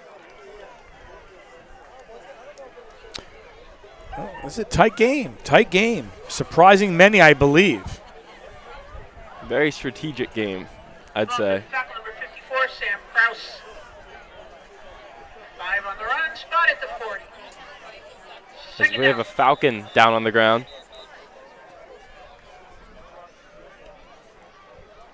Now again, you look at those sometimes, and the cramping, and a chance to bring in those St. Luke's trainers that we mentioned, and some from the Salisbury sideline, because they're all here tonight, and the wind starts to pick up here just a little bit. Just a little bit. Glad you could join us here for our D11Sports.com Game of the Week, presented by St. Luke's Sports Medicine. Again, week number 2. There was a couple games last night, and a good one. Norton Lehigh, by the way, moved to the single A division, and they're going to be a threat as you go forward. They beat Northwestern last night. Northwestern trying to score in the last play of the game, and they were stopped. And Norton Lehigh is now 2-0 on the season because of the victory, and Northwestern drops to 1-1. The Slaters of Bangor, they're 2-0 as they jumped out. We'll see them next week. Their game at Southern Lehigh. That will be our D11Sports.com Game of the Week, presented by St. Luke's Sports Medicine. Looking at our schedule while we have a minute here, and good to see players up. We'll have Bangor at Southern Lehigh on the 9th. The 16th will be at Parkland High School for Central Catholic in Parkland. Liberty at Nazareth on the 23rd, and North Schuylkill at Notre Dame. Always entertaining. That on the last day of the month of September. Then we'll go to J. Bernie Crum Stadium in Allentown for Pocono Mountain East and Deerhoff. Up to East Stroudsburg South for Pocono Mountain West and East Stroudsburg South. Back to Wilson. Then Emmaus Easton, Whitehall Northampton, and the big one, Liberty Freedom. Up top they go. Incomplete. He was hoping the receiver would cut in. Did not. There's been a couple throws tonight from Riefenstahl where if the defenders just made a better angle at the ball, a better attack angle, they could have been intercepted. So he just has to he's been airmailing his receivers a couple times, but other than that, he's been right on the money. So just bring back the throws, bring down the throws a little bit. You think he can hear you from here? Probably not, no. I'm just wondering. You're throwing it out there. So, all right, 3rd down and 5, the ball at midfield. At the 40 anyway, on the ground. Oh, tripped up. Wow. Saving it there. Torres will get a New York Life first down, but it could have been a lot more. Shoelace tackle there saves the day. Again, Saucon Valley still trying to get into that rhythm. And, we always talk about, you're playing, you're ready to score a touchdown, it doesn't go. You're ready to score another touchdown, it doesn't go. It starts, to weigh on you, and it gets a little frustrating at the same time. Absolutely, but Saucon's not having a problem starting off this second half moving the ball, as this drive is panning out very well for them. Big one between Nazareth and Parkland tonight. Nazareth leading by the score of 14-10. Pearson Eulis, our student reporter, monitoring that game. Tamaqua leads Lee Heighton 26-14. Casey Wallace is back in the house. He's monitoring that game. Joey Draper has Emmaus and Central Catholic. It's 12-6 and a big stick. 12-7 in favor of Emmaus. That game at the half. As we have a 3rd and long here coming up. And Tyler's good buddy, Santos Martinez, is over in Easton tonight for Freedom and Easton. And right now, Freedom leading Easton by a score of 13-7. And Drone, you need to get the drone out of here. Whoever has a drone. so the stoppage of the play right now.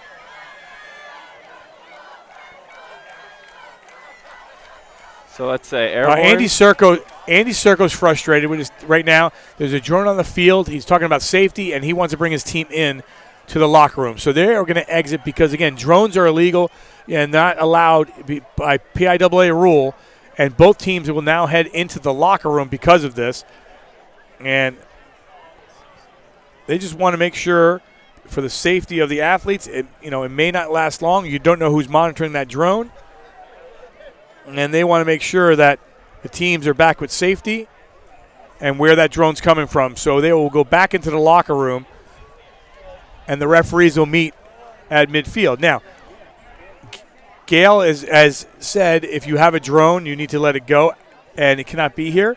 That being said, it is still in the stadium. And, again, these drones, they can come from a mile distance or longer.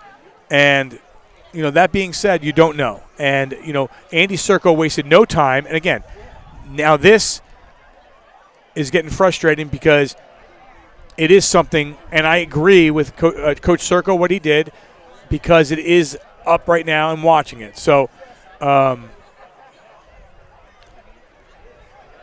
I've learned 2 things tonight. Okay. Don't bring an air horn to a game, and don't bring a drone to a game. Okay, so the thing with the drones. Okay, let's get it first things first. They give you a great view. They give you a great view of the action, but they don't want these done. All the schools, I'm not going to say all the schools, many schools use drones during practice. They keep them up there. They're monitoring it. But when they're here, because of that reason, they want to make sure they're not. So that being said, it's not like the drone is leaving. It's not. I mean, I don't think this is the first time I think for myself that I've had a drone delay. Yeah, that's a good way to put it. Yeah, I've never had a drone delay. So they're gonna, look at it. Bob Fry's on it. The drone's gonna come down and any second. So you don't know again where it's coming from. It could be from someone in the parking lot, somebody from the field, anywhere. And until you have that drone leaving, they will not start the game. And at first I wasn't sure why the conversation was happening. But yeah, I was confused why the team was coming off the field. Yep, and then we saw it, and again, it's all safety reasons, the PIAA rule as well. It's leaving now.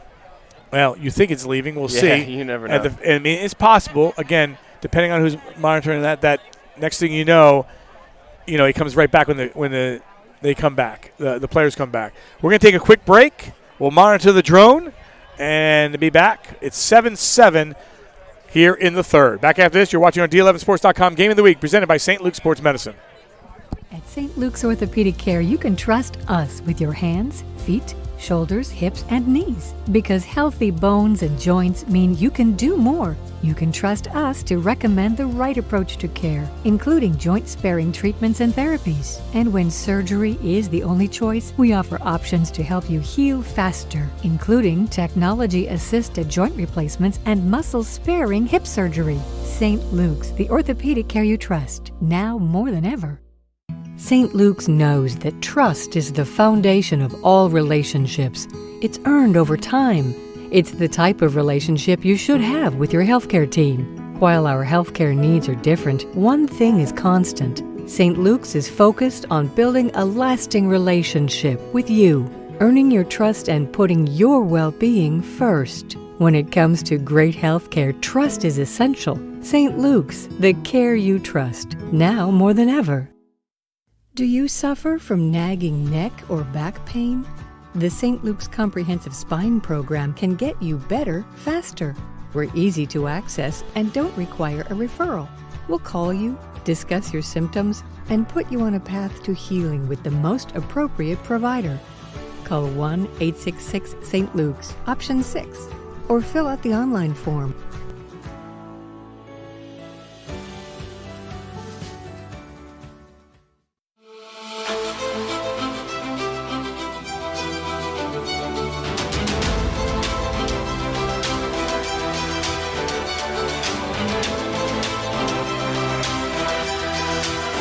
Hall of Fame pitcher Steve Carlton knows what it takes to exceed expectations. He knows what it means to be part of a team that rises above the competition. He knows a champion. Steve Carlton knows St. Luke's Orthopedic Care.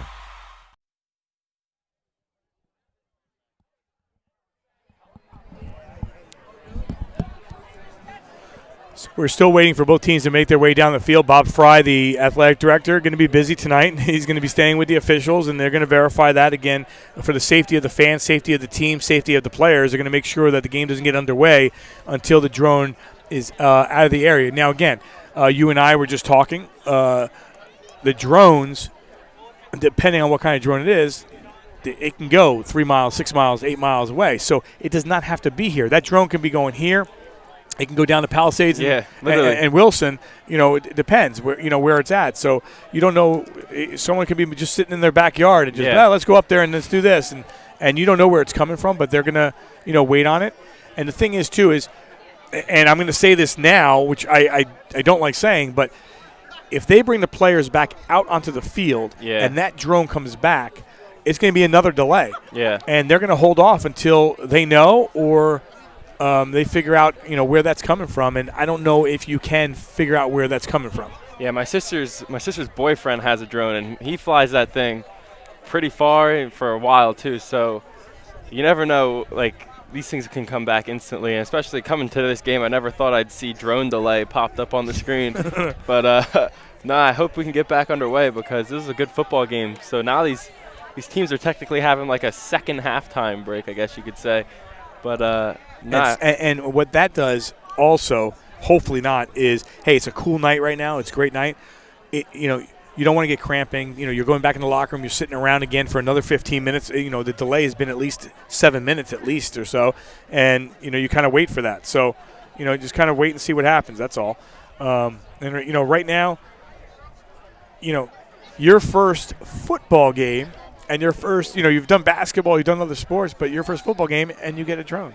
Yeah, no, I get this. I mean, Derek and I called the All-Star game. That was a learning curve on our own because, man, having to send it down to the sideline for Saquon Barkley and you're not there, like all this is going on, and you called me before the game, and essentially, long story short, you just said, Tyler, don't mess this up and get Saquon on the screen. And I was like, got it. So basically, whenever I heard anything about Saquon, I'd just shut up and send it down to the sideline. And you guys did a good job with it as well. So coaching staffs, some of the coaching staffs out, some of the other coaching staff not in. Again, let's put this in perspective. About 10 minutes ago, if you're just joining us here on D11Sports.com, a drone made its way on to the area of the field, and quickly Andy Serco ran across the field. And I wasn't sure what was going on there for a while until I looked up. And he said, no, we're bringing our team in. Again, this day and age, you never know what's going to happen, so they want to be safe. You never know. And I was just like, as you said, I was confused, too, about him walking his squad across the field. I was like, man, he really wants to get in that Saucon huddle and hear what's going on. But no, he was taking him to the locker room. And, yeah, this drone delay, how long do you think this drone delay has been going on now for? Well, it's been about 10 minutes at least. Yeah, 10 minutes at least. You guys know how to kill time. You guys did the game at the PPL Center. You thought that the game was going to go on, and then they pull the start time from like 3:45 to like 4:30, and I'm like, 45 minutes on air. But you learn, you just talk, turn it into a broadcast, talk about the game, we were having a great game here. We were coming up on absolutely 3rd and 11, and Saucon was marching down the field. So now when we get back into things, you wonder how things are going to get. I don't know where momentum's going to sit. Well, again, you're watching us here, and it's been about 5 minutes since we have not seen it. Again, I think I see the authorities are in the house, so they're just checking because they have to go through protocol to make sure that nothing's there, and they'll check it. Again, if they start and it comes back, then we could be in for a long night. Yeah, a very, very long night. But this kind of reminds me of it's going to be a completely different sport, but like Game 7 with the Cubs in 2016 when they won the World Series with that extra inning and the rain delay and stuff like that, giving the teams extra time to prepare and talk things over. And you never know. Some team might come out here with change a little bit to their game plan to attack the second half. Al DeCarlo, Tyler Carlbon, so glad you could join us here on D11sports.com. Where's Dave at? Dave and is Chase. They are make sure they're sitting on the bench, like they're monitoring the Gatorade. Yeah. Not sure how that's happening. Oh yeah, you can see Dave right here a little bit on the screen. Yeah, there you go. Right next Dave's to the Falcon there. head. You can see Chase's arms. They're working hard down there. Yeah, I'm going to start taking pictures of them. Anyway, I want to thank all the athletic directors. Well, we have time anyway. All the athletic directors for helping us each and every day with our D11 sports program. We have our students on the sidelines and monitoring them and what they do. And, we always say, make sure that you're talking to the athletic director where they want to put you, where you got to be, and pay attention with that as well. And I think right now, we have a bunch of reporters out tonight again as we continue. Just started a new school year. And, we've been getting, I think, 3 or 4 new students this past week alone. And we got a handful of new students ready to come on board. So, it's going quickly, and, we're getting the word out. If you have the opportunity and you want to be a part of D11sports.com, just talk to your athletic director and or contact us at D11sports.com. So, again, the delay is continuing. I mean, you're looking upwards at 10, 12 minutes or so, and I think now the conversation is going to be kind of, all right, how long is going to be? I expect, and I don't think we were going to have an announcement from Gail. Gail's out here with us, I'm not sure, but that being said, she doesn't know what's going on either until they tell her. So, and I think the fans saw what it was. It's obvious. It wasn't just staying in one position and leaving. Nah. It was moving around. Yeah, absolutely. But you see the meeting going down there on the 30-yard line, talking down there, and authorities are here. So they're talking over something, but I don't know. I just want to get back to football. That was a good game. Yeah, it was a good game. Again, scoring if you're just joining us, because now I think some people are. Derek Trinidad had a fumble recovery at the 5, took it back to the 30-yard line. Then a 48-yard touchdown from Josh Brooks on a run made it 7-0. That came at the 10:31 mark. The big play, Riefenstahl to Jared Roan, went 63 yards, close to being in the end zone. Instead of being in the end zone, they said no. They marked it the 1, so Riefenstahl took it in for himself. They made it 7-7. That came at the 9:15 mark. And right now, the 7:23 mark, the stoppage of play. And when they resume action, it'll be 3rd down and 11 from the 32-yard line. And while you're watching here, we'll take another break, and we'll come back with more action. You're watching our D11sports.com Game of the Week, presented by St. Luke Sports Medicine. 7-7 is your score.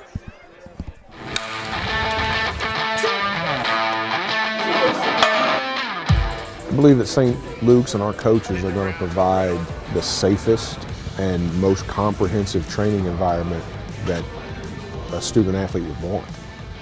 Hopefully they come to us and they leave and there's not another need to be filled.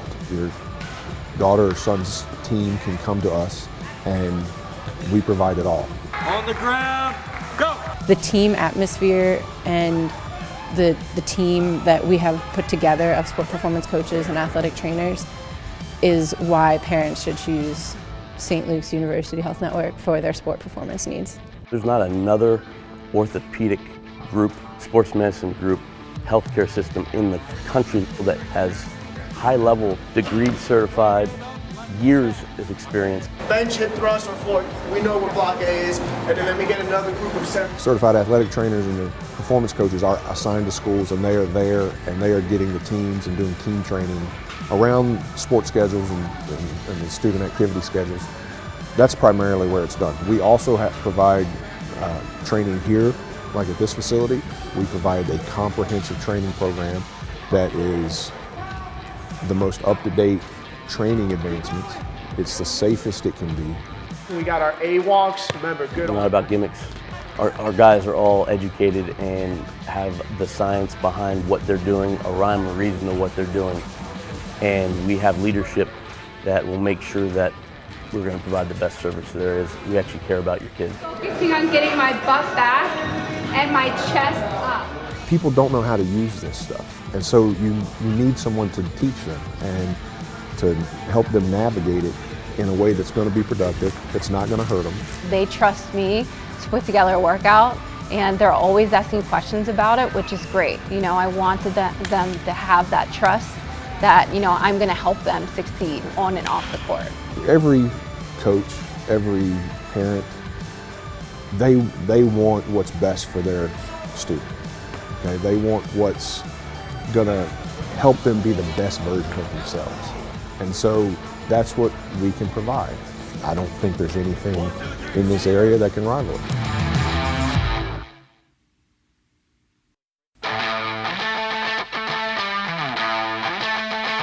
I believe that St. Luke's and our coaches are going to provide the safest and most comprehensive training environment that a student athlete would want. Hopefully they come to us and they leave and there's not another need to be filled. We provide it all. There's not another orthopedic group, sports medicine group, healthcare system in the country that has high-level, degreed certified, years of experience. On the ground, go! Every coach, every parent, they want what's best for their student. Okay? They want what's going to help them be the best version of themselves. And so that's what we can provide. I don't think there's anything in this area that can rival it.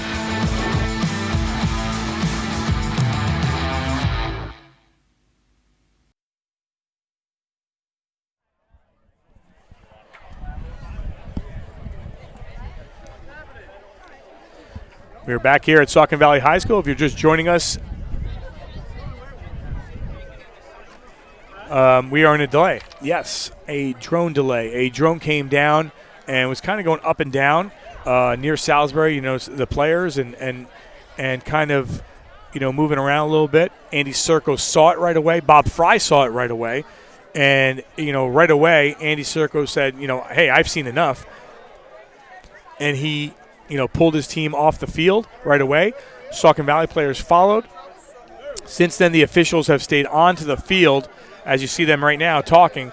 Andy Serco's out there. Brad Trembler's out there. The discussion's out there. Bob Fry.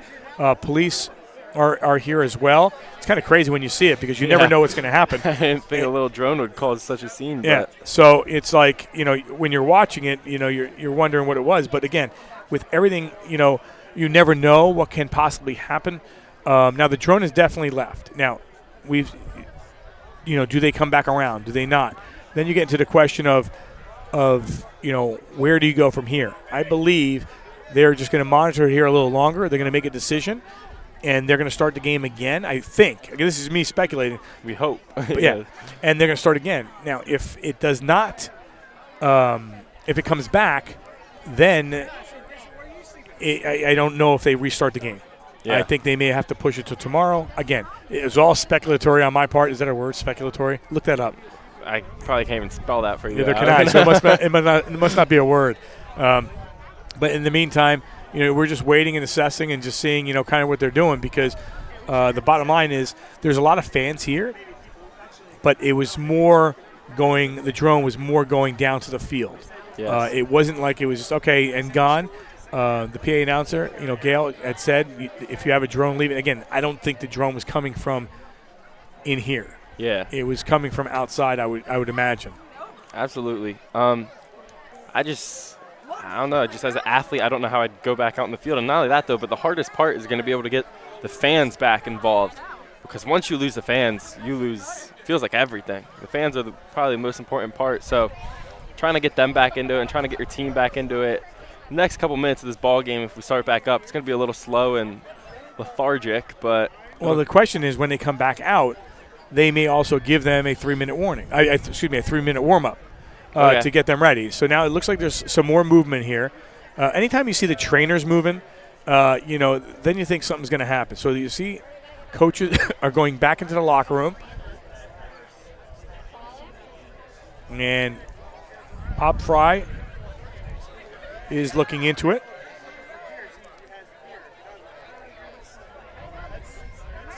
Chase Eller's down there. People are with Dave Micah.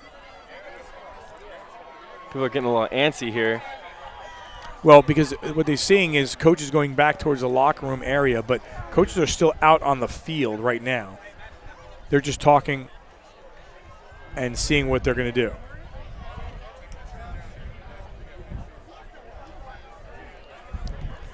Again, around about 15, maybe 20 minutes ago, I'd say about 20 minutes ago, yeah. a drone made its way onto the field.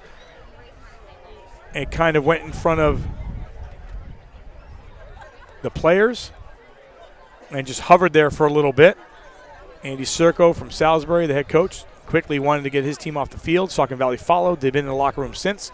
The coaches have been out. The officials have been out the entire time with Bob Fry. I do see still law enforcement is here. It's definitely going to be hard for these teams to bounce back after this. Long pause for sure is going to affect you physically, more physically and mentally. I think we might have a decision coming down here pretty soon, possibly. I see the student section getting back into it. They're standing back up as the teams are making their way back out onto the field. And let's just hope for no drones. So there's going to be a 10-minute delay from what I'm being told down the field. They will get 10 minutes of warming up or getting ready to make their way onto the field. And I believe, from what we're hearing, is that the 10 minutes to make sure that they can stretch again, get ready again, and see if the drone comes back. Makes its way back into the area. That is smart though, because you never know if once you start up football again, if a drone's if it's just waiting for action, Right, exactly. So you never know. So Saucon Valley has made their way back onto the field. Salisbury's team is still in the locker room, and I believe they're making their way out onto the field as well. I just saw them down there. I think they're in the tunnel, I believe. I see Dave Micah talking to the officials. Here comes Salisbury, always a good thing to see.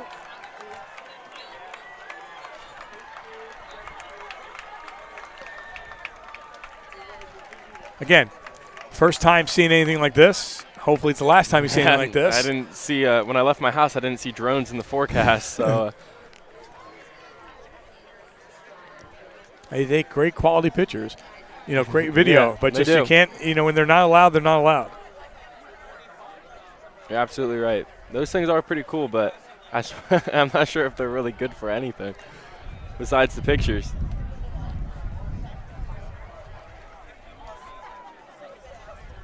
So the score, if you're wondering, is 7-7. We're still at the 7:23 mark. No announcement has been made to the fans just yet.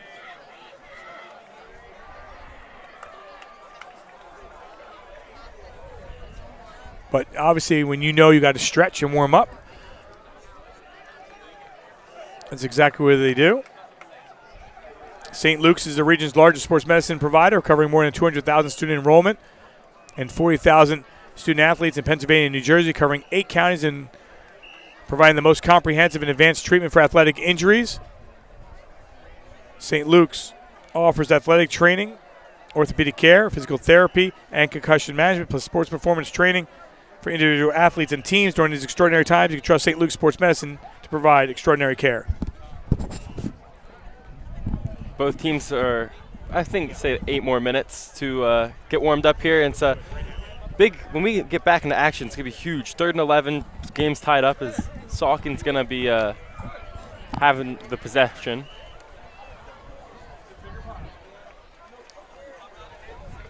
As we're going to have a sideline interview here with Chase. Yeah, Chase. So Chase is staying down there with Bob Fry, and we're going to go down to Chase in a second. We'll get him situated, and hopefully his mic's okay down there. And again, we're waiting right now for both teams to get underway and started. And we go down to the field, and we got Chase. Go ahead, Chase. Welcome back. Chase here with D11 Sports after our brief interruption. How do you feel about that interruption, and what caused that whole spiel? So we had we noticed overhead a drone flying over the field. It actually came pretty close to the players, only about 10 feet above the field. We did not know where it was operated from, so the protocol at that point is to stop the game. We sent the teams back into the locker room.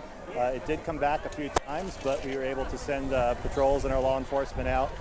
We do not know exactly where that operation came from, but we have not seen the drone now in about 20 minutes. We deemed it safe for the players to come back out. We're doing a warm-up at this point and are going to continue the game where we left off. Thank you. Back to you guys. All right, Chase, thanks a lot. We want to thank Bob Fry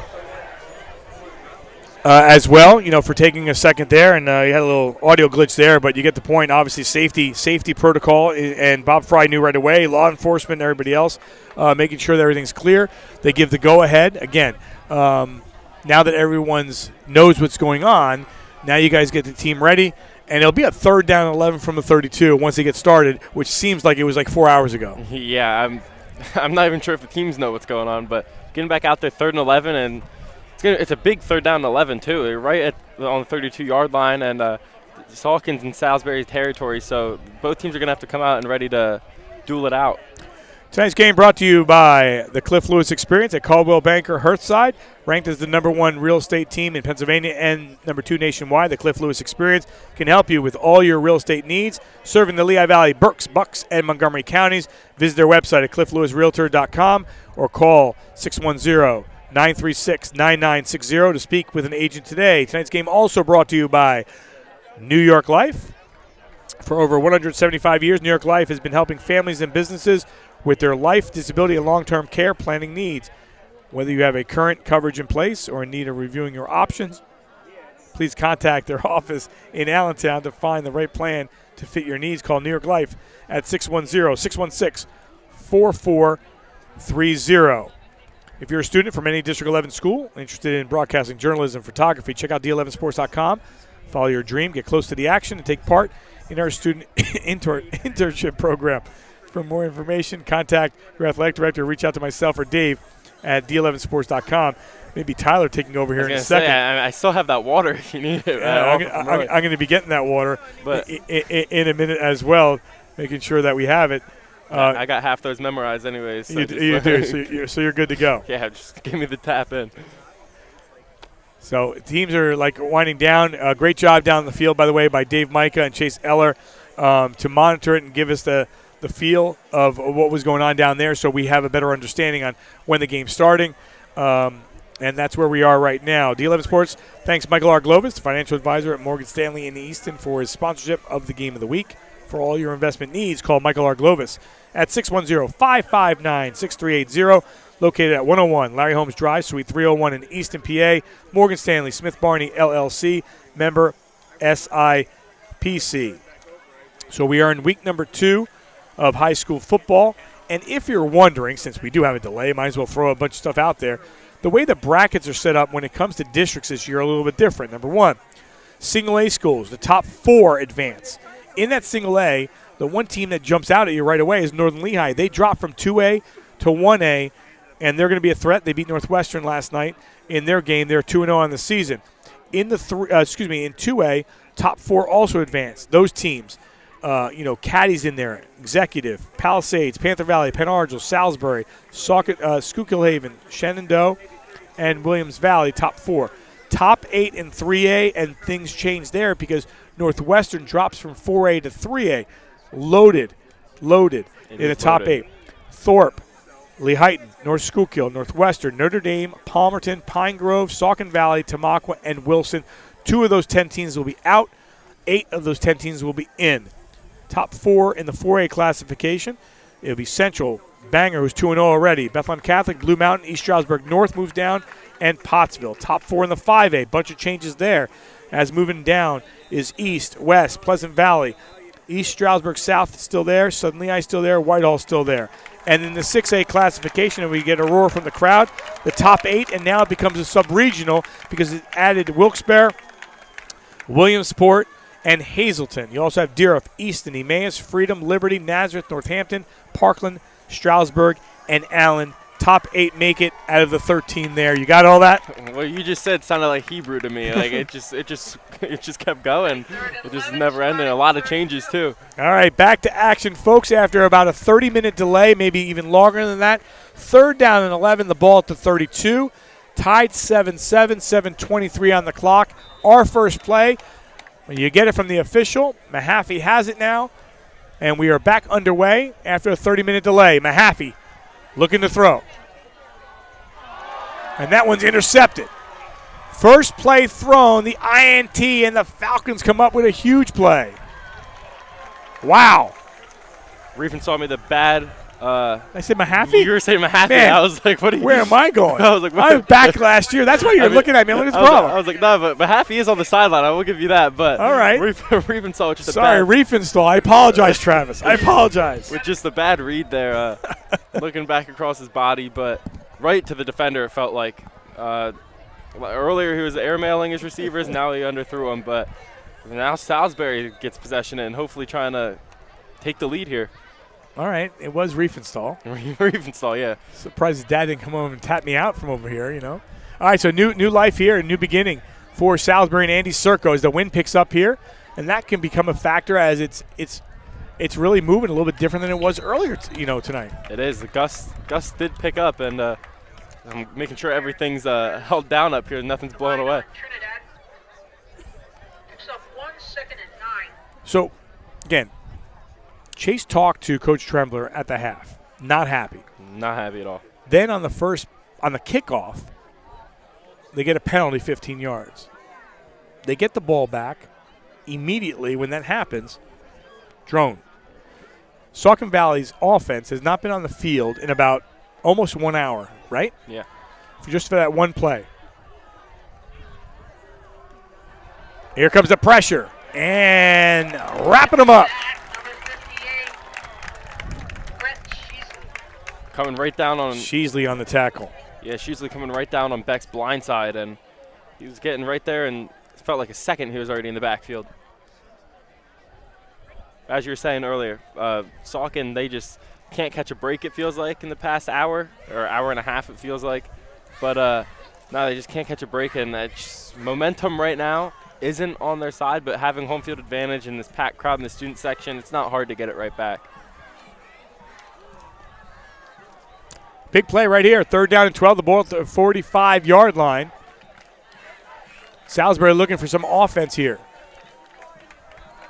Beck steps, throws, has the receiver, but no gain really for Jacob Buchin. Nah, safe play there. Throw it to the open receiver, but just was nowhere near the first down marker. So punt's going to have to come out here, and Saucon's going to be able to get that ball back and hopefully redeem themselves. Yep, so nothing happened. Mahaffey's getting text messages right now and said, hey, you threw an INT. What happened? Yo, dude, you're playing right now? I thought you were at Muhlenberg. You reclassed. That announcer up there said you threw the INT. Well, he's on the sideline, so, I mean, maybe I can see how I got mixed up. Yeah, it was. I was confused. Here comes some pressure. They do not get it. And it takes a roll back for Saucon, and so the Panthers with 4:39 on the clock will get the ball right around the 25-yard line. And the crowd just waiting for something to happen. Again, if you're just joining us in this game, Saucon Valley in the first drive had the ball at the 5-yard line. Last week they had the ball at the half-yard line and fumbled on the first drive. This time at the 5-yard line. Maybe it was inside the 5 actually the first time. Down to about 3. And they fumbled the ball away. And then they did it again from the 5. So 2 opportunities inside the 5, couldn't score. Salisbury ended up scoring first. Saucon Valley followed right away. But we've been a stalemate since. And Riefenstahl is in at quarterback. All right, he's going to go on the ground. And a little hop in the step and a little bit more. And a crowd-pleasing first down by Tyler Fizenmayer. New York Life first down. Yeah, way to find the end there. And Fizenmayer found the end, got the open grass, and was able to pick up the first down. And the crowd definitely back into it a little bit more. But as I said just a couple seconds ago, it's not hard to get back this crowd back into it.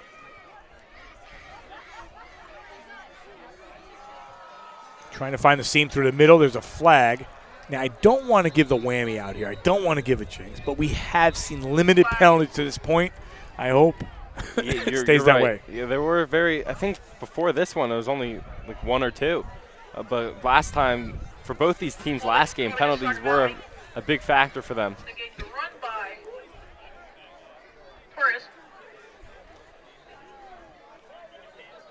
Torres hasn't gotten that many carries this ball game, but when he has, they've been effective and definitely big chunk plays. So I would definitely look towards him in the second half.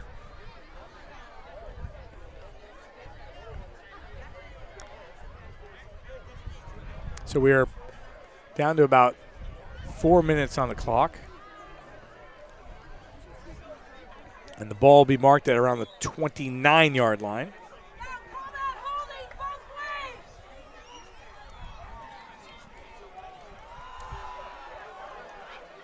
Breaking a tackle, breaking another, still driving forward. Oh, got a bunch of that back. And there by he is. Torres. Torres once again finding the hole and getting downfield, and he's making up that penalty on the last play.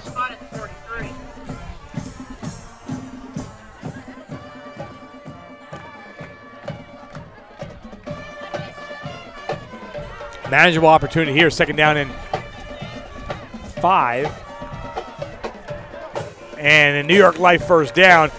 Blasting through the defense was Jared Roan. And all of a sudden, that's 3 plays in a row. Run, run, run. You know what that means. Run, run, run. Oh, here comes Riefenstahl. Exactly. So don't count out the pass here, but I wouldn't be surprised if they run it here. And for some reason, I feel like if they do run it, they're going to get a decent amount of yards here, which is going to be like a 2nd and 3, 2nd and 2. And in that situation, you take that shot. Yeah, more of a quick tempo right now. As again on the ground is Roan. Brown is backed up. Number 64.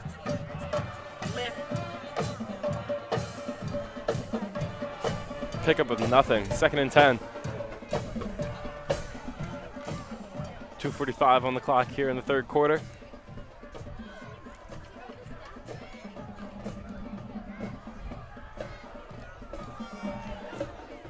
So the ball sits at the 48 of the Falcons. 2:30. And a nice pass, a quick toss to Weiss. And Weiss with a New York Life first down in business down around the 34. Weiss making up for that drop he had earlier in the end zone in the beginning of the game where he was wide open on the 4th down and just couldn't come down with it, but slowly trying to get his way back into the ball game after that drop.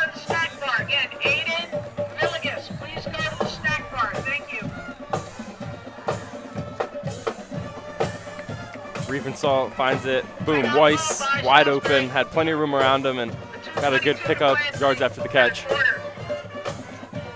So timeout on the field. That'll be a first timeout of the second half for the Salisbury Falcons. Someone's going to have good luck on this play. We got 2-2-2 up there. That's good luck in my eyes. Okay. So someone's going to be a good play here. So we talked about the delay. You had the halftime. You're in the locker room. You only came out for about 4.5 minutes, and then you got a 30-minute delay. Yeah. So it means really tough for those players to really regroup.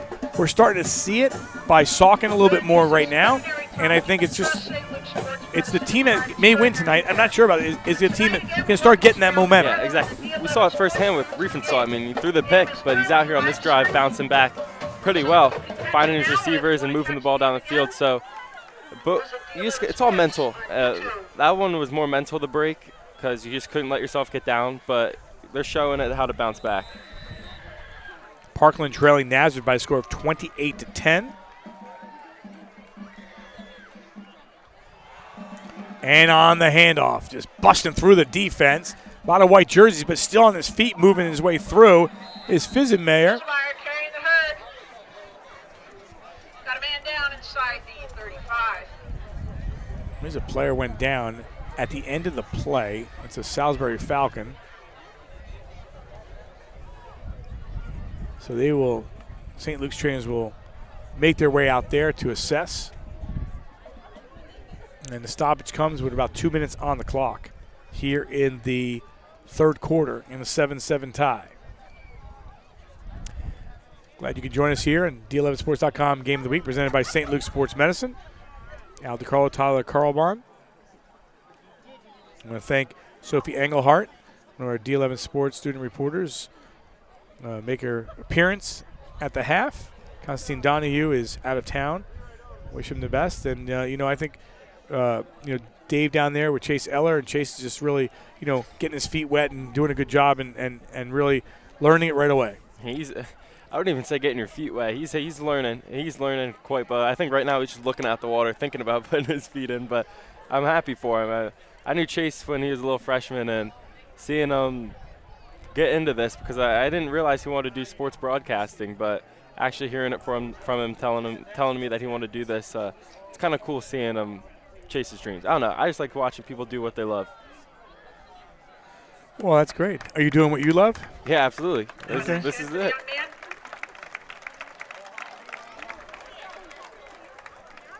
I want to thank Sports Fan Base Network, obviously being out here again with us today. Sean Riley pushing the right buttons. Jack Kapp and Dale Mountney, our crew tonight. Again, I hope you're enjoying our coverage here on D11Sports.com, giving our student opportunities to really get behind the mic on the sidelines and give you folks at home the opportunity to watch more games than you've already been watching on the high school level. So 2nd down and 6, the ball at the 30. I'm just going to throw it out there. I almost said Mahaffey again. I was ready to say it. I said it anyway. All right. Back to action. Riefenstahl. Quick toss. And the catch is made by Jared Roan, and Roan gets driven to the ground around the 29-yard line. It'll be a 3rd down and short coming up.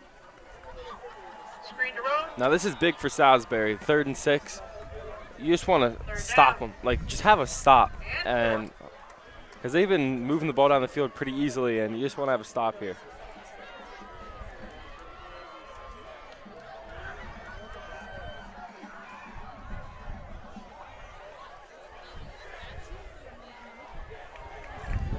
Big play here. They'll call it 4. I'll call it 3.5. Looking to throw. Has a receiver, and right on the money. Down inside of 5 to the 3-yard line. A great pass to Magnotta. Magnotta coming off a big game.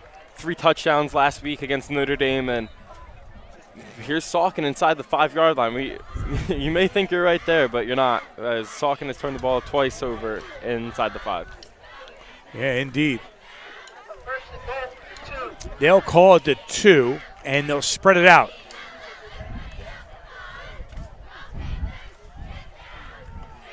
The wind continues to pick up. Riefenstahl thought he was going to take it himself. Instead, he'll give that one up. A 2-yard touchdown by Tyler Husemeyer. And Saucon Valley has their first lead of the game. That's exactly what I want to do. Give it to your big tailback and have him just punch it in right there from inside the 5.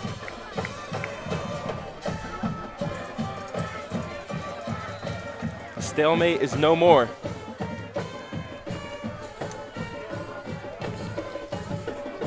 So that comes with about 29 seconds left.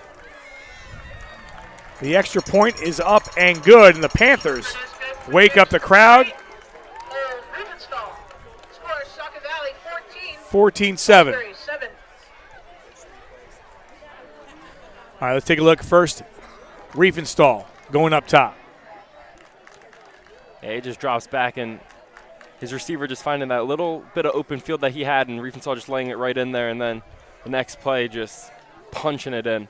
Yeah, he had Magnotta and really just did a great job. And Magnotta did a great job of taking that one and pulling that one down, to get them set up from the 2-yard line and put them in position. And then right here, here's your touchdown, making it look easy. Yeah, you just want to get your big tailback, just hand it to him,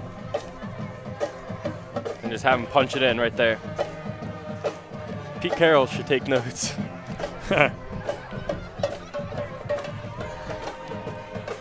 we saw Bob Fry in the middle of the field earlier when that drone came into play, and Andy Serco yelling in his direction and taking his team in. Those two guys are so familiar with one another, having played together in college at Moravian. So they've known each other for a long time. And I basically looked at each other and, boom, we're going in, and they're going in. Great to see. Yeah. From the 15, picked up there. Salisbury trying to answer. Buchin. Here's a solid run. And this is what I'm talking about. So there's 21 seconds left in the third quarter. And that being said, I like the opportunity where I say, all right, Saucon Valley got the crowd up. We haven't heard the band in a while, right? Yeah. Now, if you're Salisbury, you just want to respond here. You know you're going to get the quarter break coming up, but you want to kind of put yourself in a position where you kind of, you don't have to score on this drive, but you also don't want to go 3 and out. You want to get a good possession in to set the tone and continue to push forward. You haven't scored since the beginning of the game. It's been a weird game, with the drone and the stoppage and the extra time. But you're Salisbury, you're Andy Serco. You're like, hey, we're in this game. We're down by 7. We need to play football. And let's see what happens here on this drive. Yeah, just offensive line's been doing pretty good up to this point, and Toby Lynn's been holding it down for Salisbury. And I would just find it behind him. This is a really, really interesting timeout. Saucon Valley calls their first with 21 seconds left. Didn't like, the way their defense was set. And they have to burn a timeout here. And Salisbury will just wait. And both teams now with 2 timeouts here with 21 seconds left. Saucon Valley leading by a score of 14-7. Coach Tremble spoke about this in the pre-games. Alignments as one of his keys is being set up right before the ball is snapped. And first half they had to blow a timeout on it, and second half they're doing the same thing. So I think it's an interesting timeout. I'll give them that. It's interesting. Well, again, you play with what you see. Coaches know what they have on there, and they decided to call the timeout here. Now we'll see Salisbury will take over here, first down and 10 from the 34-yard line. Again, next week we will put camp at Southern Lehigh. Mark Zimmerman, the fine athletic director there. Speaking of athletic directors, Bob Fry here. Monica Deeb, the fine athletic director at Salisbury. Trying to get some yardage here, but really nothing there on the run by Beck. I think that might bring us to the end of the third quarter here. So time winds down, 3 finally complete. It took 47 minutes or so for that third quarter because of the drone. 14-7, Saucon Valley leading. You're watching our D11sports.com Game of the Week presented by St. Luke's Sports Medicine.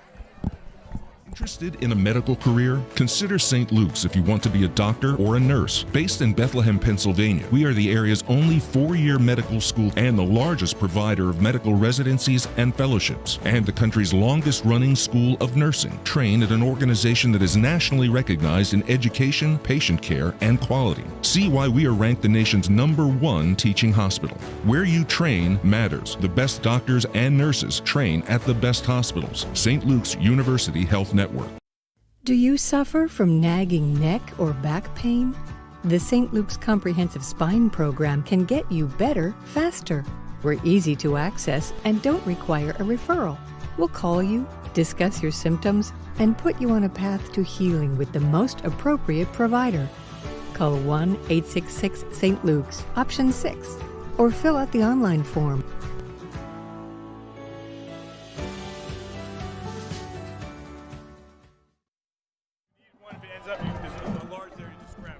Thank you.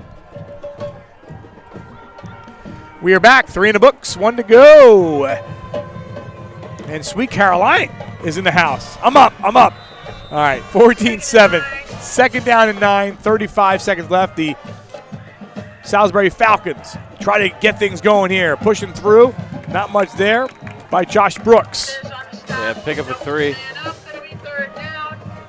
We were just talking about it during the commercial break, how quick this game was going and the tempo in the first half. I mean, it was just bang, bang, bang. Everything was happening so quick, and it died down quite a bit. But this is going to be a good fourth quarter for us.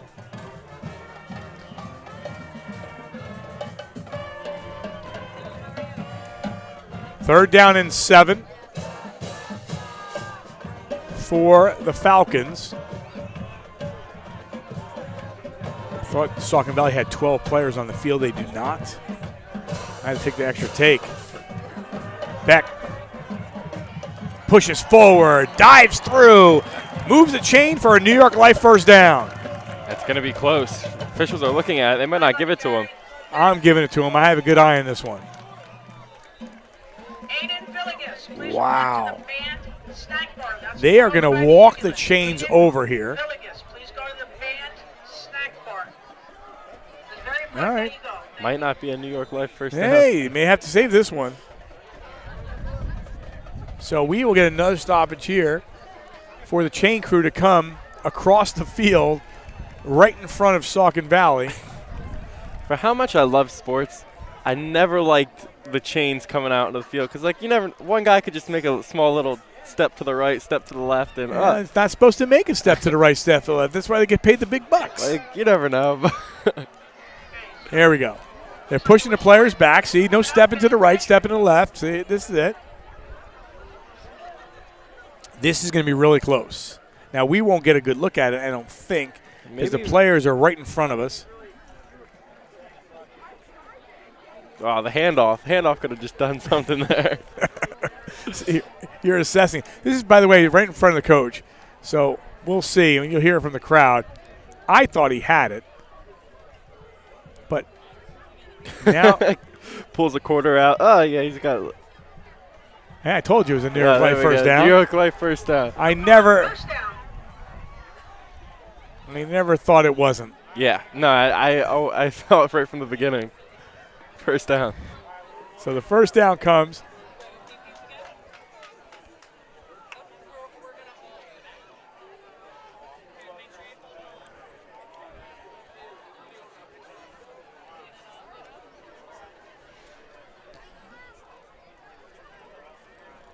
A tight game, and we still have a whole fourth quarter left. I'll tell you what, Salisbury right now, they're playing with heart. They know, listen, we're in this game. We have every right to be here, and we have a chance to, do something. Right when I say that, fumble the football, they get it right back. That's the announcer's jinx. Just a sloppy hand snap to a handoff. His ball is all over the place on that play. Lost 3, second and 13.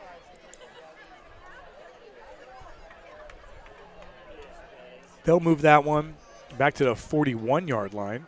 Lost about 3.5.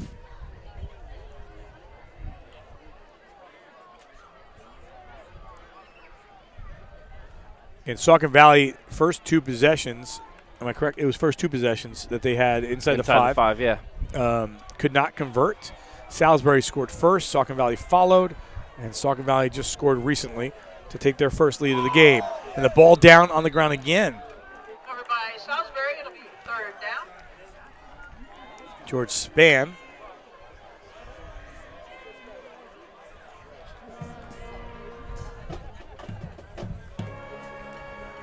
This drive might, if say stuff weren't to work out for Salisbury, this drive might be one of the main reasons. Just back-to-back plays where you're just losing yards.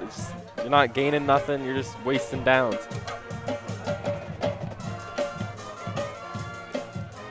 So the ball sits at the 39-yard line. Big play here.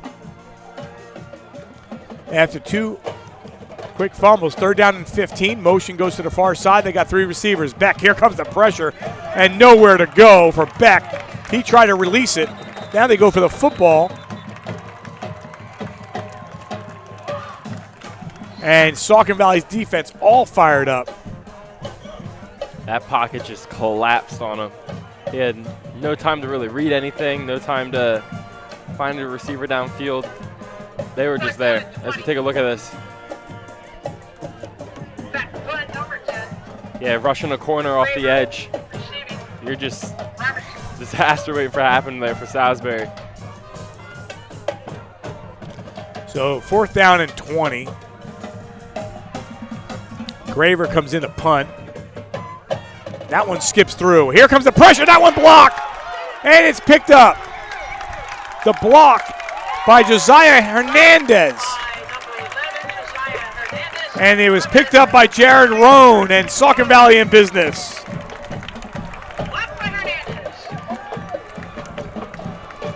Drive of just bad snaps is what it felt like. As we take a look at this snap for this punt and the block. Just got back there. No blocking, no time to get it off.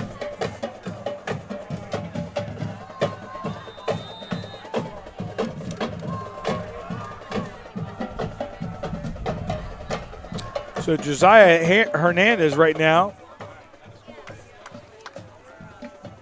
with a huge play.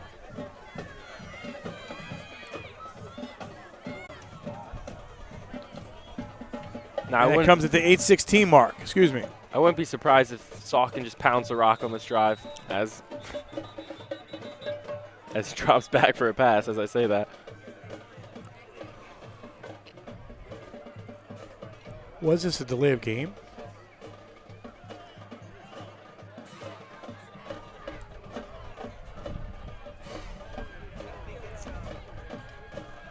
You know, and that's coming after a change of possession. Yeah. That can't happen.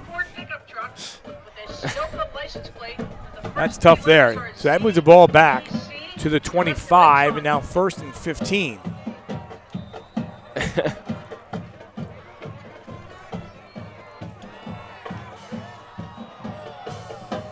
Airmailing his target on that throw. Yep, that one just off the mark.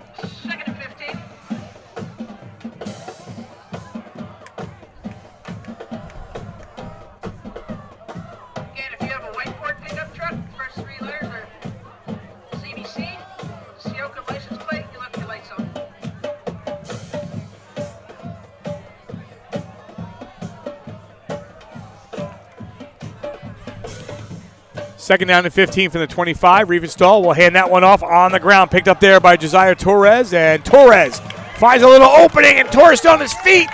Down to the pylon, and will get stopped at the 1. Excellent run there for him. Torres he's doing a great job here for running the ball tonight. I mean, yeah, absolutely. He just came out of the second half and just, as we take a look here, he's shifty. He'll be patient. He'll find the hole, and then he'll just attack it, and then just shift.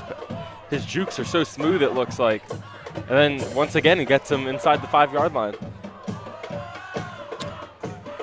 So Saucon Valley knocking at the door, leading 14-7. The ball at the 2-yard line with 7:35 left and a 14-7 Panther lead. Riefenstahl out of the shotgun. Actually waiting for the clock to come down. Takes a snap.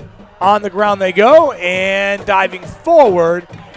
And a good job defensively by Toby Lynn.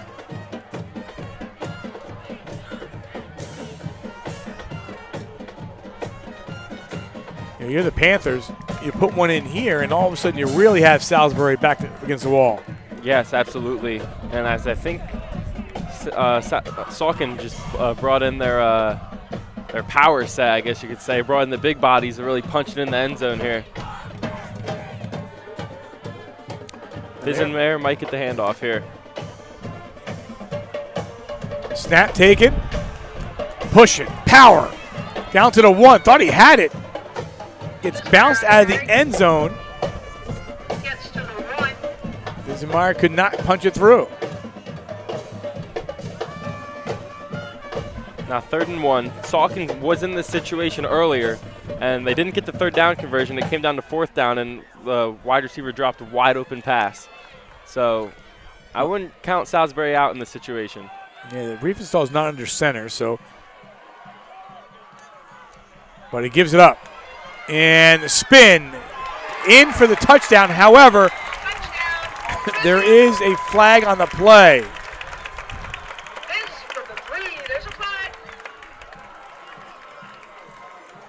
So it's a 1-yard touchdown run by Fizenmayer, but let's see what the penalty is. Saucon says it's on Salisbury, but let's wait for the official. Could be a face mask, possibly.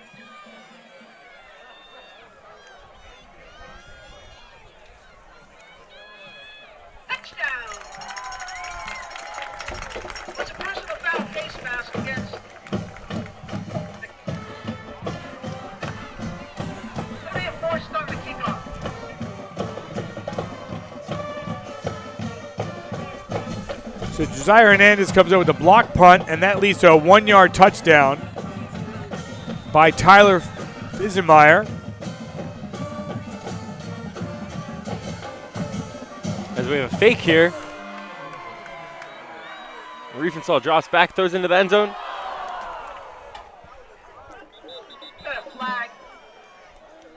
Hits his target right in the face mask.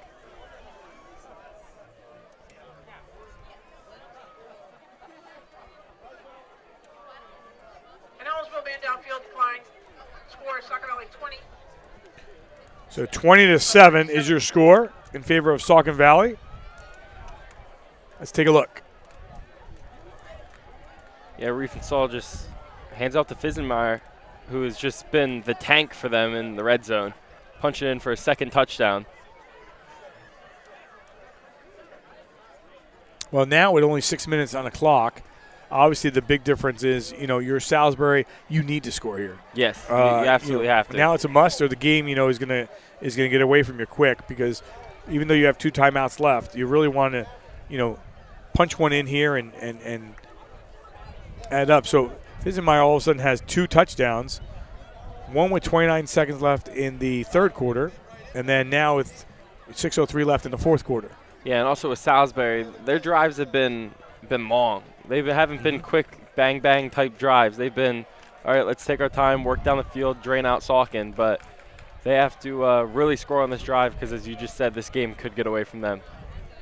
No kick from the Salisbury 45. Braden Weiss is setting it up. So we'll see first things first.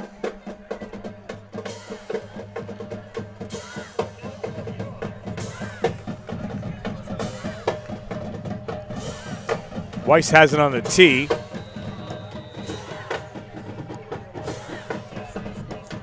And he gives it a good boot. Again, after the penalty, you have to kick it that far, and it went through. Goes through the end zone.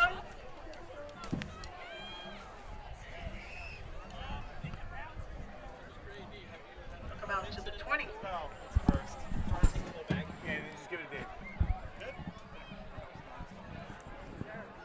Nick Beck and the Salisbury offense coming out in the field.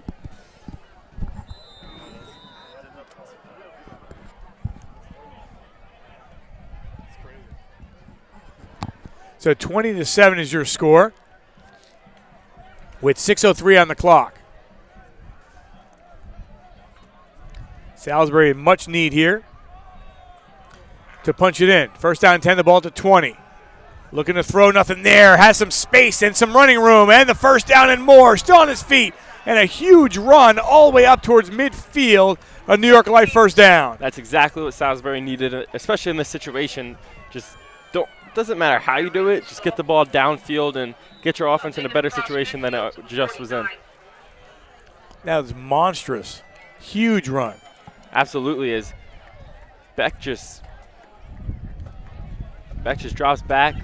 Targets weren't recovered and just took off. And I didn't think he was that quick. Oh, well, put you in a race with him, see how quick he is. Oh, yeah, I'd get cooked. From the 49. As he's puts one and has a target, and that one the last second knocked away. Great job defensively by Jared Rohn. And he had him just a little bit more, and he would have coasted. Yeah, he would have walked right into the end zone. That was a great defensive play by Rohn. Getting that finger on it.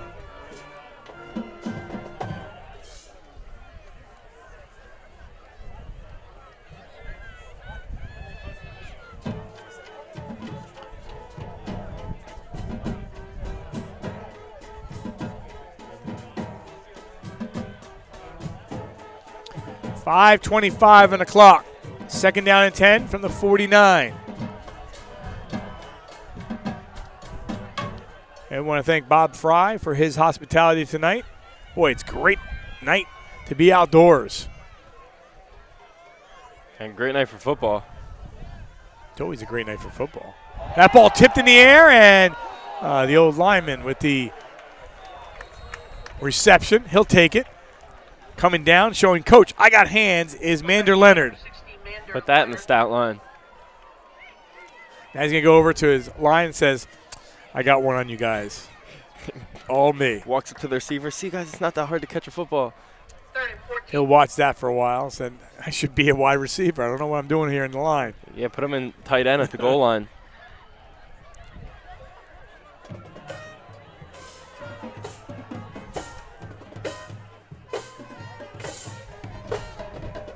Winding down inside 5 minutes. Saucon begging for a timeout. They're going to get it. Timeout called by Saucon Valley. That's Saucon Valley's second call. Timeout. This third down right here Salisbury has 2. could make or break the game. I was just going to say that. Yeah, indeed. It could. Right now with 4:35 on the clock. There's one game on Saturday, and that's Pocono Mountain West at Bethlehem Catholic. Next week, again, Bangor at Southern Lehigh, then Central at Parkland, Liberty at Nazareth, our next 3 making their way through. Want to thank our sponsors tonight, Cliff Lewis Experience at Caldwell Banker Hearthside. Ranked as the #1 real estate team in Pennsylvania and #2 nationwide. The Cliff Lewis Experience help you with all your real estate needs, serving the Lehigh Valley, Bucks, and Montgomery counties. Visit their website at clifflewisrealtor.com or call 610-936-9960. Speak with an agent today. For over 175 years, New York Life has been helping families and businesses with their life, disability, and long-term care planning needs. Whether you have current coverage in place or in need of reviewing your options, please contact their office in Allentown to find the right plan to fit your needs. Call New York Life at 610-616-4430 today. Looking to throw. Big play. Flushed out of the pocket. Looking down and puts it right where it has to be for, guess what? A New York Life first down into the hands of Josh Brooks. Beck had me hold my breath there for a second, just lobbing it up there like that, but I thought his receiver jumped a little bit too early, but he still came down with it. And that was a big third down conversion there for Salisbury Falcons. Huge. So the chains move again inside the 40.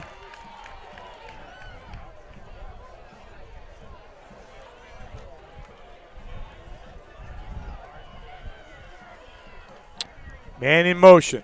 Beck to throw. Comes near side, and he goes in that direction and connects right into the hands of Buchan.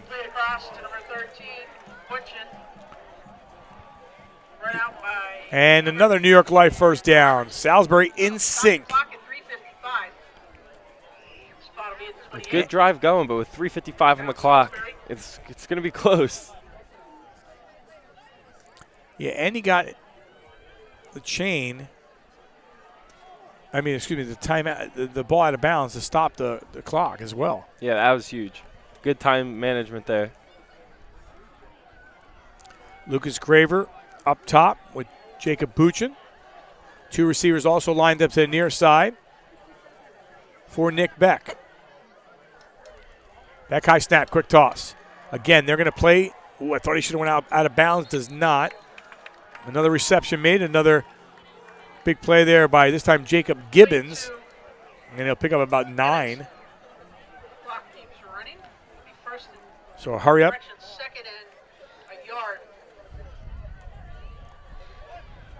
Beck. And he goes down. Does Salisbury have to call a timeout here with 3:26? I wouldn't.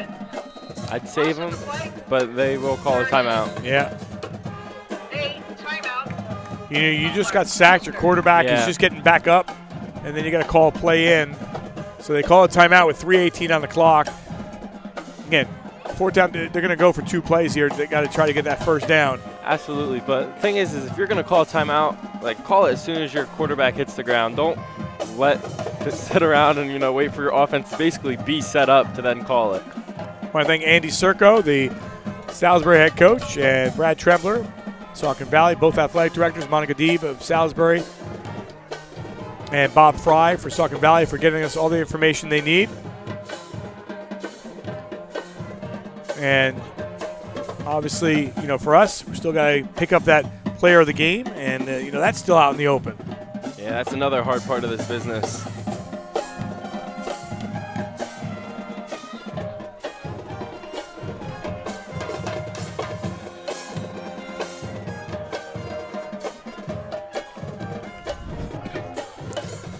3rd down and 8.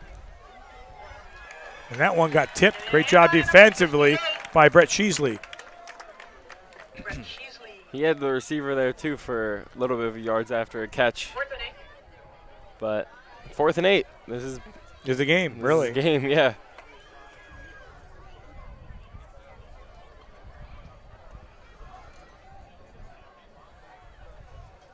So 4th down, 8, the ball to 26, 3:14 on the clock.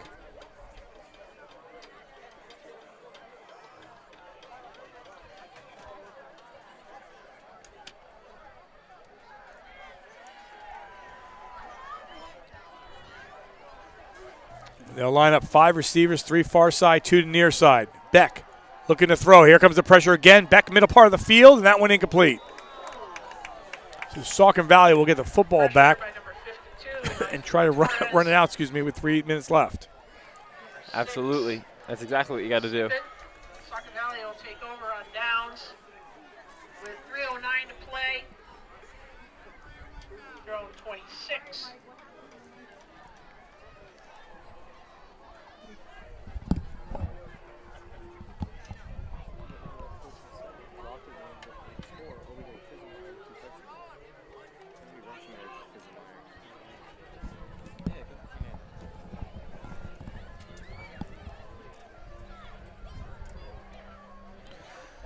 So 1st and 10, the ball to 26.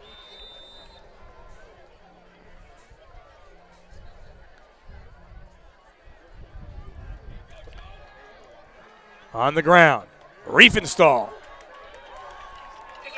A New York Life 1st down. Stays in bounds as well. Clock is running at 3 minutes. Good job there by Riefenstahl to recover, because that play was designed to go to Fisenmeyer, but he just said, get out in front of me and block, and ended up picking up a nice 1st down.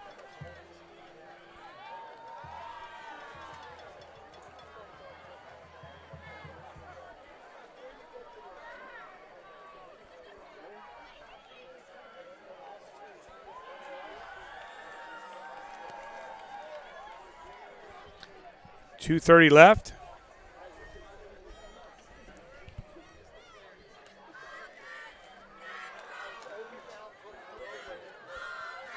And still on his feet, pushing forward, and say goodbye down the sideline.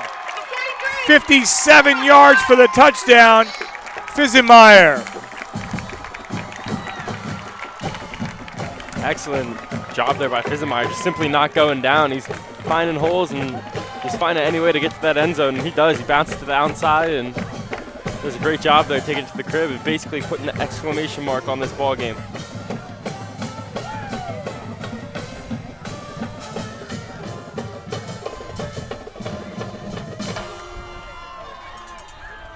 Yeah, changed the way this game is going.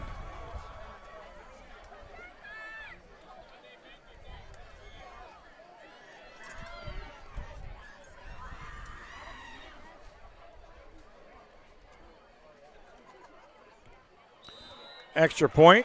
So what started off a little sketchy there for Saucon Valley, they're now up by 20 after a 57-yard run by Fisenmeyer. Take a look back at this play, and they hand him the ball, and he's just finding anything. Juking left, breaking tackles, and just finds the outside and goes right down the sideline, turns into a track meet, and man, he just takes it to the crib.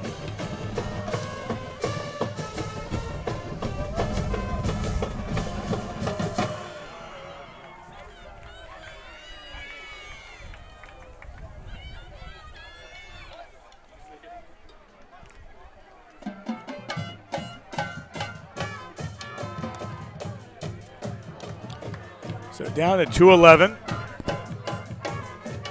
Boy, game has really changed since really the drone, right? Yeah, literally, it's been all Saucon from there on out.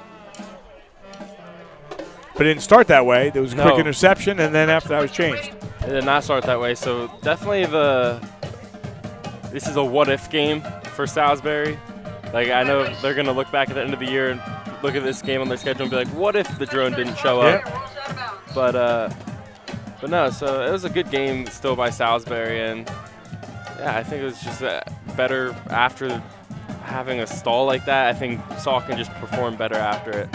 Still 2:09 left. Anything's possible. Could be crazy things happen, but you're down by 20. You'll have to wait and see. You're Salisbury. You're next on the road again at Jim Thorpe. Notre Dame at home at Tamaqua. Northern Lehigh home at Palmerton. Pine Grove, North Schuylkill, and then at Catasauqua for the Panthers.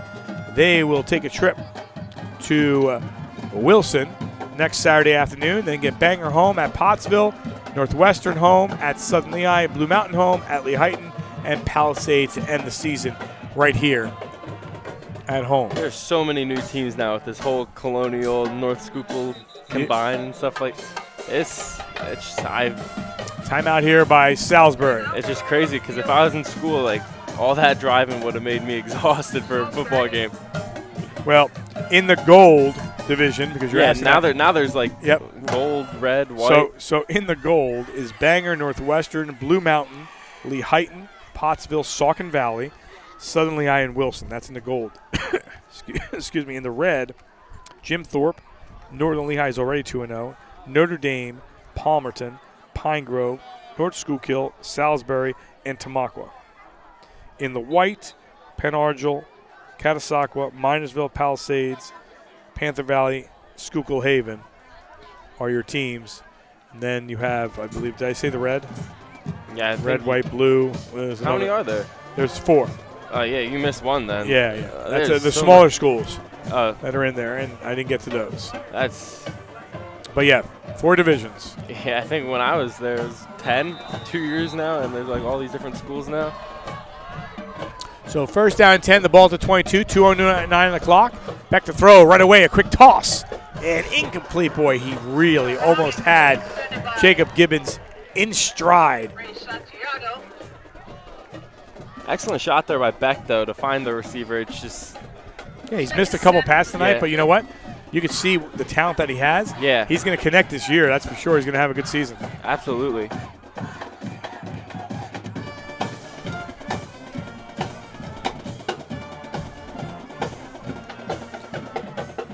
And with the incompletion, they take their time.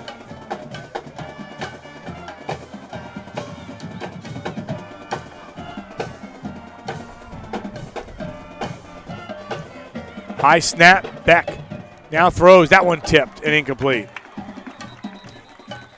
Emmaus getting their second win of the year. They beat Central Catholic 12-7. Guess you could say we have the 2-minute warning here. Yeah, right. Tamaqua in a thriller against Lehighton. We had Lehighton last week, 32-29. Tamaqua beats Lehighton.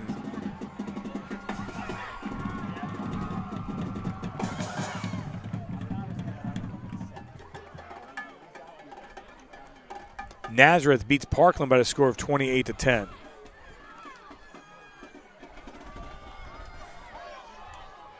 Final 2 minutes. Third down and 10. High snap. Beck has to go run, get that one, and immediately taken down on the play by Joseph Griffith. We'll bring up fourth down here.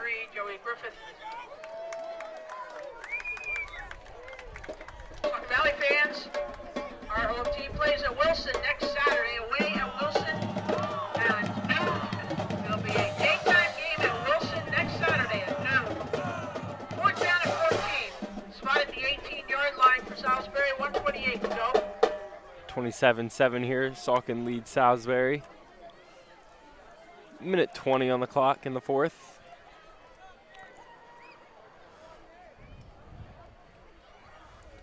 First down marker sitting at the 33-yard line. Clock more important, down to about a minute when they snap it.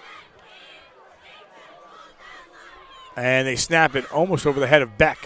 Beck winds up, throws, and that one incomplete into the hands of Lucas Graver. Graver bobbled it and almost had to make the tackle to make sure it wasn't intercepted. But either way, Saucon Valley now has the ball. We'll take a couple knees and should send this one to victory. Just going to say, just take a couple knees and call it a day. 54 seconds to play.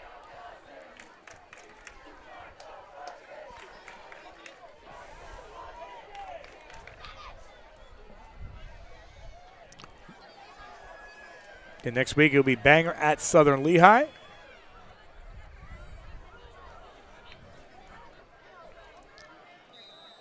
Here, 27-7. Should be a good game next week with Bangor and Southern Lehigh. I think that's always been a good game if I remember. I feel like whenever Bangor plays Southern Lehigh, it's always give them a good run for their money. Yeah, and Bangor right now just out of the gate. Everybody's talking about how well they're playing.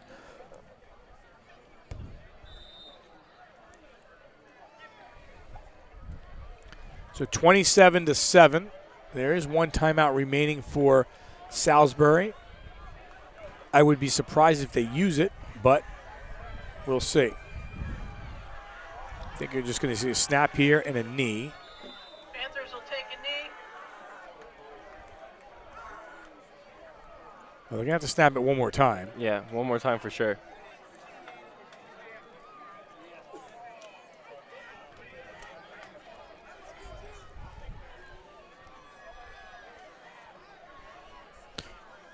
This game, I think Salisbury should definitely keep their head up, because if you look at their last game, 20-13, and then, I mean, this one, they played better than what the score shows.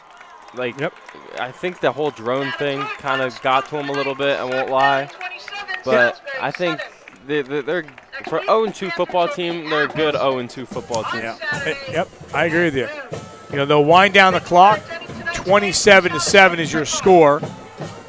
And, people that are looking at it will see, oh, they won. They were supposed to win 27-7. Yeah. But they don't realize that it was 7-0 Salisbury, 7-7 for the longest time into the third quarter and almost into the fourth. Absolutely, yeah. And then getting stalled out like that. It's a tough loss, tough pill to swallow. The bus ride back's not going to be a fun one, I'll tell you that. But it's definitely – you learn. You learn some things, and you'll bounce back. Just Jim Thorpe's a tough one to bounce back with. Yep. I'm seeing we have to wait here on, I think Coach would like to talk to him first. Again, it's the first win of the year.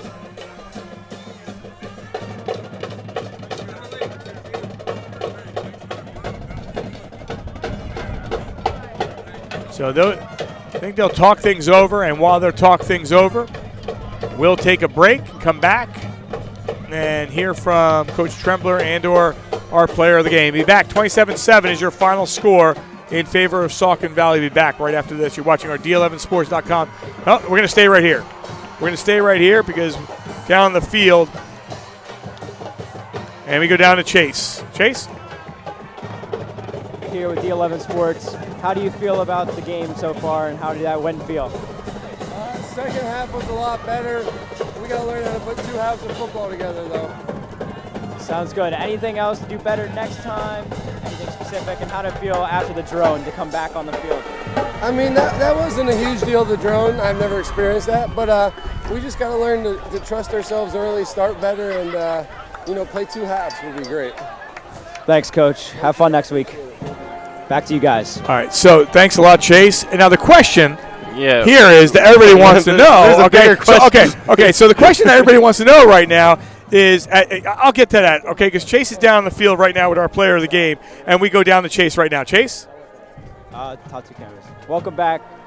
I have Tyler Fizmeyer here, our player of the game. How do you feel being elected our player of the game? Good, pretty tired, but I'm glad we came out with a win. Well, it was a great game, 3 touchdowns, great accomplishment, and you really looked good out there. How does it feel to win 1-1 now? It's definitely good. It's a lot better than last week. It feels good after that loss, which is heartbreaking. Thank you. Good luck next week at Wilson. Thank you. Back to you guys. All right, so we hear from our player of the game. We hear from Coach. Okay, you are a student reporter, right? Yeah. You've done it. Yeah. I've said to you, hey, you got to ask the questions. I said you got to listen to whoever was talking to you or have your visuals, right? Yeah. Okay. Chase missed the bigger picture. Chase missed the bigger picture there. What did he miss? We talked to Coach at halftime. No cast. Talked to him at the end of the game. Everything's wrapped up. Something happened. I think the drone got a little too low. So that's it. See, this is the things that we learn here. Overall final take of this game. I think this was a great ball game. I mean, it was very, very back and forth, good stalemate.